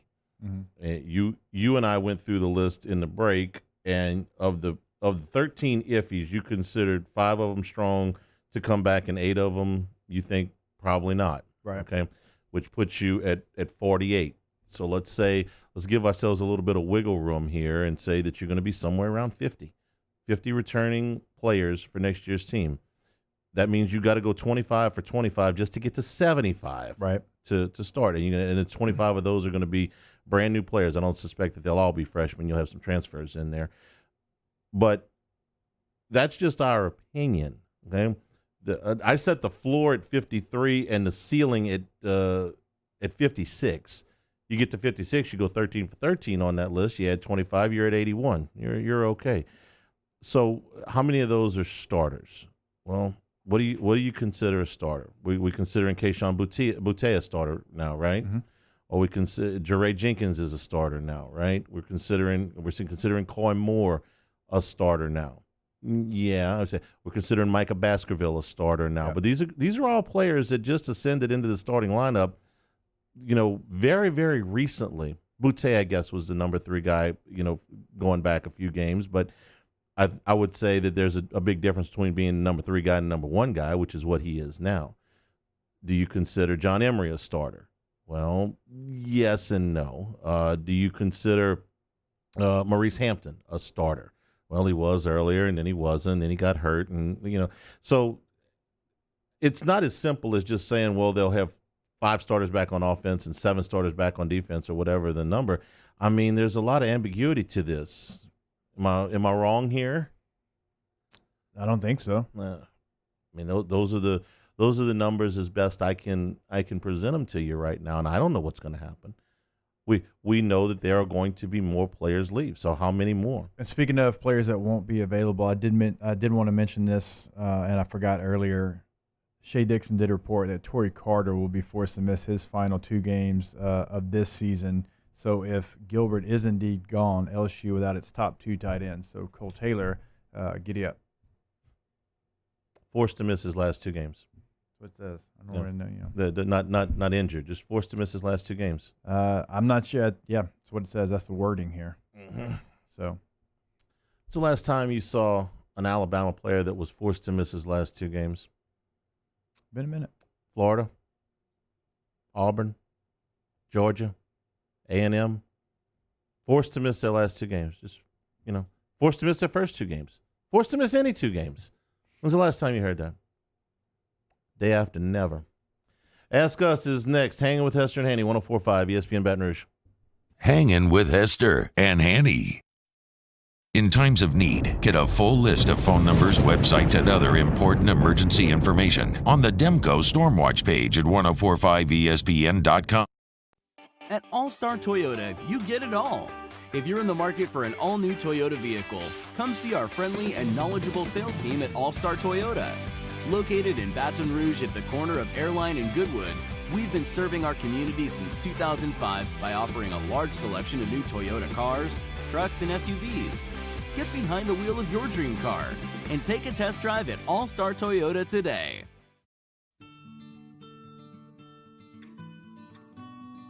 This is a house call. This is a follow-up appointment. This is a diabetes checkup. This isn't just more convenient care. It's more advanced care. This is innovating healthcare at Louisiana's #1 hospital, Ochsner. To all of our heroes working on the front lines of this COVID-19 pandemic, your bravery and selflessness represent the very best of us, and we want to say thank you. I'm asking everyone around the state to join me in celebrating the heroism of our healthcare professionals on the 19th of every month at 1900 hours, that's 7 p.m. Write a note of appreciation, make plans to donate to charitable organizations, or say a prayer. To learn more, visit 19thanks.org. Thank you, and God bless. If I built a van, it would do more than haul. It would carry my entire business. I'd make it available in dozens. Make that thousands of configurations. It would keep an eye on my fleet. And an eye out for danger. If I built a van, I'd make it available in diesel and gas. And I'd build it right here in South Carolina. Introducing the all-new Sprinter, starting at $33,790. Built in the USA. Mercedes-Benz. Vans. Born to run. T-Bob Abear here with breaking news. Front to Back Boat Services is the shop to upgrade your boat tech this fall. With not one but two NMEA certified techs, who better to install your Panoptic sonar, your HD displays. You want to see the fish under the water before you even cast? They have that. Trolling motor you could control with your iPhone? They have that. So what are you waiting for? Get into Front to Back Boat Services right now. Upgrade your boat tech. Make your boating dreams come true. Front to Back Boat Services. You may not know about the 4Kids Foundation, but you've probably heard of the Zurich Classic. And the Zurich Classic exists because of 4Kids. But it's what happens after the tournament that really counts. 100% of the proceeds are donated by the 4Kids Foundation to hundreds of local charities, totaling more than $40 million, all to help local children and families in need. 4Kids helps kids through golf, because every child deserves a shot at a brighter future. Gulf Coast Bank and Trust is a local bank with a straightforward philosophy. It's about doing the right thing for our customers. Participating in our community with annual local fundraisers, offering individual attention in a modern banking atmosphere with a trusted local company. Gulf Coast Bank invested in technology with a local touch, giving our customers the power to bank anywhere, anytime. We're building relationships through personal service as the bank that cares about you. Gulf Coast Bank and Trust, the bank that cares about you. I've been doing business with Luba for 25 years. They're dependable, trustworthy. It's just the attention to detail with our clients. Our folks have years and years of experience. They're highly trained professionals. But many companies have that asset. What I'd like to think makes Luba a bit different is that we use those talents in a way that truly is dedicated to serving the needs of the folks who depend on us. Hey, it's Matt Moscona inviting you to join us for Tuesday's AFR, presented by Insurance Network of Louisiana. Does Drew Brees return this week? We'll ask Larry Holder, and we'll talk Tigers with Rohan Davey. Join us Tuesday, 3 to 6, 104.5 ESPN Baton Rouge.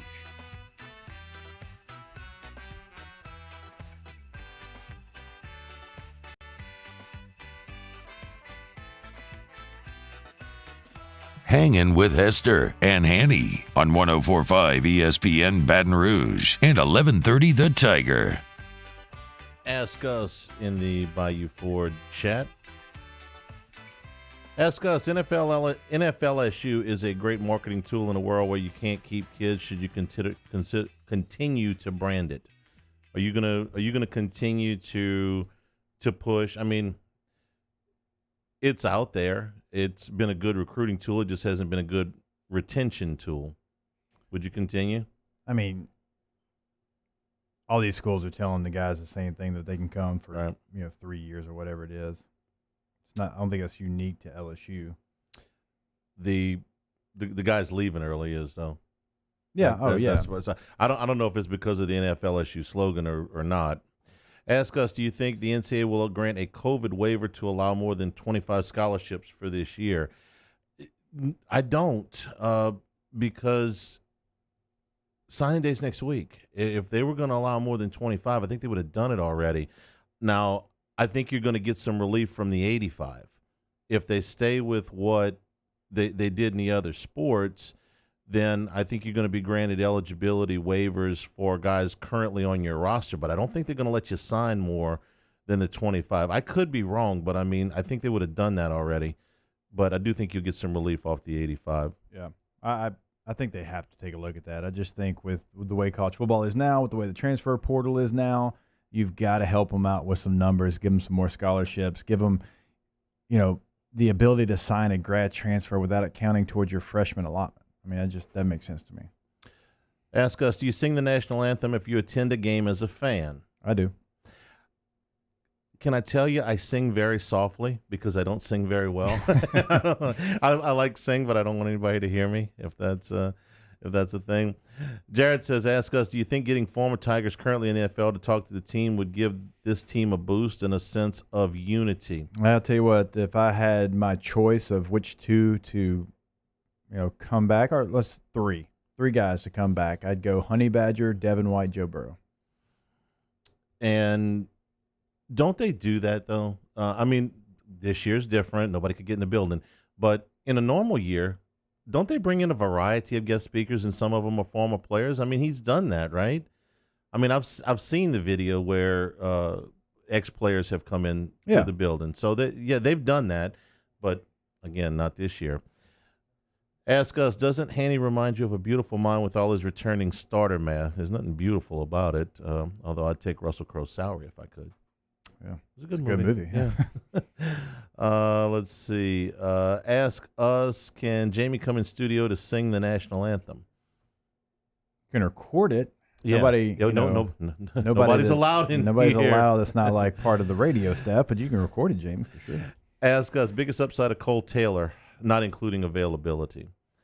He's a big kid. A big body. He's a big kid. I don't know if he can catch the ball or not. They liked him enough to go to Colorado to get him. I mean, it's outside the footprint. So, there's something that they either saw or heard that turned them to him. It's not like they stumbled upon him. Ask us, if the vaccine arrives quickly enough, will LSU and John Bel Edwards be smart enough to finally roll back draconian protocols? I don't know. I mean, I think that the vaccine is supposed to be approved on Thursday. They'll start rolling it out to first responders and medical frontline personnel after that. From what I read, and I don't know if this is correct or not, the widespread availability of this thing is going to last into the middle of next year. So I would hope that some of the protocols get scaled back as soon as it's safe. And I think that they've gone way overboard on most of this stuff, but we've been through all that. We did 6 months of those shows. Ask us, can we get invited to one of these parties that causes the suspensions? No, probably not. Let's see. Ask us, has college football turned into the NBA, where each team's success is so talent-driven and athletes are starting to realize their value, that feel that the team should bend to them and not the other way around? NBA is tough right now. I mean, we were talking about during one of the breaks, James Harden's trying to go to Brooklyn now, apparently, because, he doesn't have necessarily a healthy star to go side by side with him like he's had for the last couple of years. The NBA is just completely different than the NFL, even Major League Baseball. It's, you got to get 2 or 3 stars on one team to be able to have a chance, is the belief now. It's what made the Heat's run, so likable, is because they weren't really built like that. I know Jimmy Butler's a name and a star, but he's not a superstar, and it was other pieces that went along with him. Ask us, National Pretend to be a Time Traveler Day. Other than 2019, what year would you like to travel back to or forward to? I'd go back to the 1950 era. I mean, just the music, diners, like everything that was in that time period, Is it weird that I've actually thought about this question? And if I could No, go I back think about it a lot. Okay. Not a lot. Okay, where would I go back in time if I could? 22nd of November, 1963. I'm on the other side of Dealey Plaza, and I'm going to see if there was anybody behind that fence. Ooh, the grassy knoll. I'd get on top of the triple underpass and give me some binoculars, and I'd see what happened. You could go to the book depository and just make sure that it wasn't Lee Harvey Oswald. Hey, listen, Stephen King wrote a book about that, about a guy that traveled back in time to try to prevent the Kennedy assassination, and all of the, he put a Stephen King thing on it, so it was it was morbid and just really bizarre. But no, man, I'd get on top of it. I'd have my binoculars. on top of the triple underpass, and I'd probably need a rewind button to see what happened, but I want to know who shot Kennedy. I think maybe it was Oswald. I think in what maybe it was somebody else. 2047, we're supposed to like get like the real story of what actually happened, because everybody that had anything to do with it obviously would be passed away. It was 75 years past the thing. 75 years past the I think it's either the release of the Warren Commission or whatever else. But no, that's where I'd be. I'm like, okay, let's see. I need a spotter. I need got somebody behind the fence. Yeah, we got somebody behind the fence. We got somebody in the drain pipe. Yeah, we got somebody in the drain pipe. Okay, that was funny. I mean, did you read Jim Garrison's book? I never read Garrison's book. It's good. I read Case Closed by Gerald Posner, which was really well laid out, and then we found out that he plagiarized like other books, and I'm like, okay, so now can I believe anything that he? It's like the JFK movie. It's like a lot of that stuff's not true, but I'll be damned if I didn't enjoy it. Well, the movie was good if you don't take the movie as Donald Sutherland's factual. character was X was false, great. Yeah, right, but it was a good character. That was the best 9 minutes of the movie. Yeah. Was Costner sitting there with Sutherland and him, going through the whole deal. So, let's see. What's the oldest thing you own? The oldest thing you own. The oldest thing I own. Mine would probably be some of my record collection, because I have like actual vinyl records from the 50s. We're not counting like houses, right? Because your house is, my house is probably 25 years old or something like that. Nah, you can, but I'm sure you have something. Do I own anything more than 25? A pocket knife my dad gave me. Ooh, that's good. Yeah, it was a gift when I was a kid. And he's given my dad's a knife guy. Yeah. And so he's given me knives over the years, and I've kept them. So yeah, probably that. See, that's a good one. Yeah. Thanks to everybody for participating. For Cade Wazan, for Paul O'Neill, for Jacob Hester.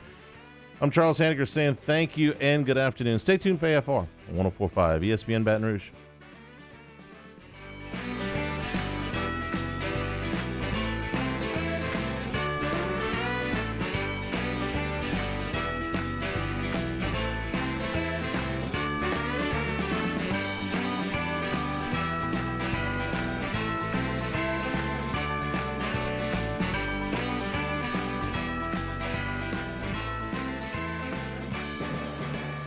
Hangin' with Hester and Hanny. This isn't just another day.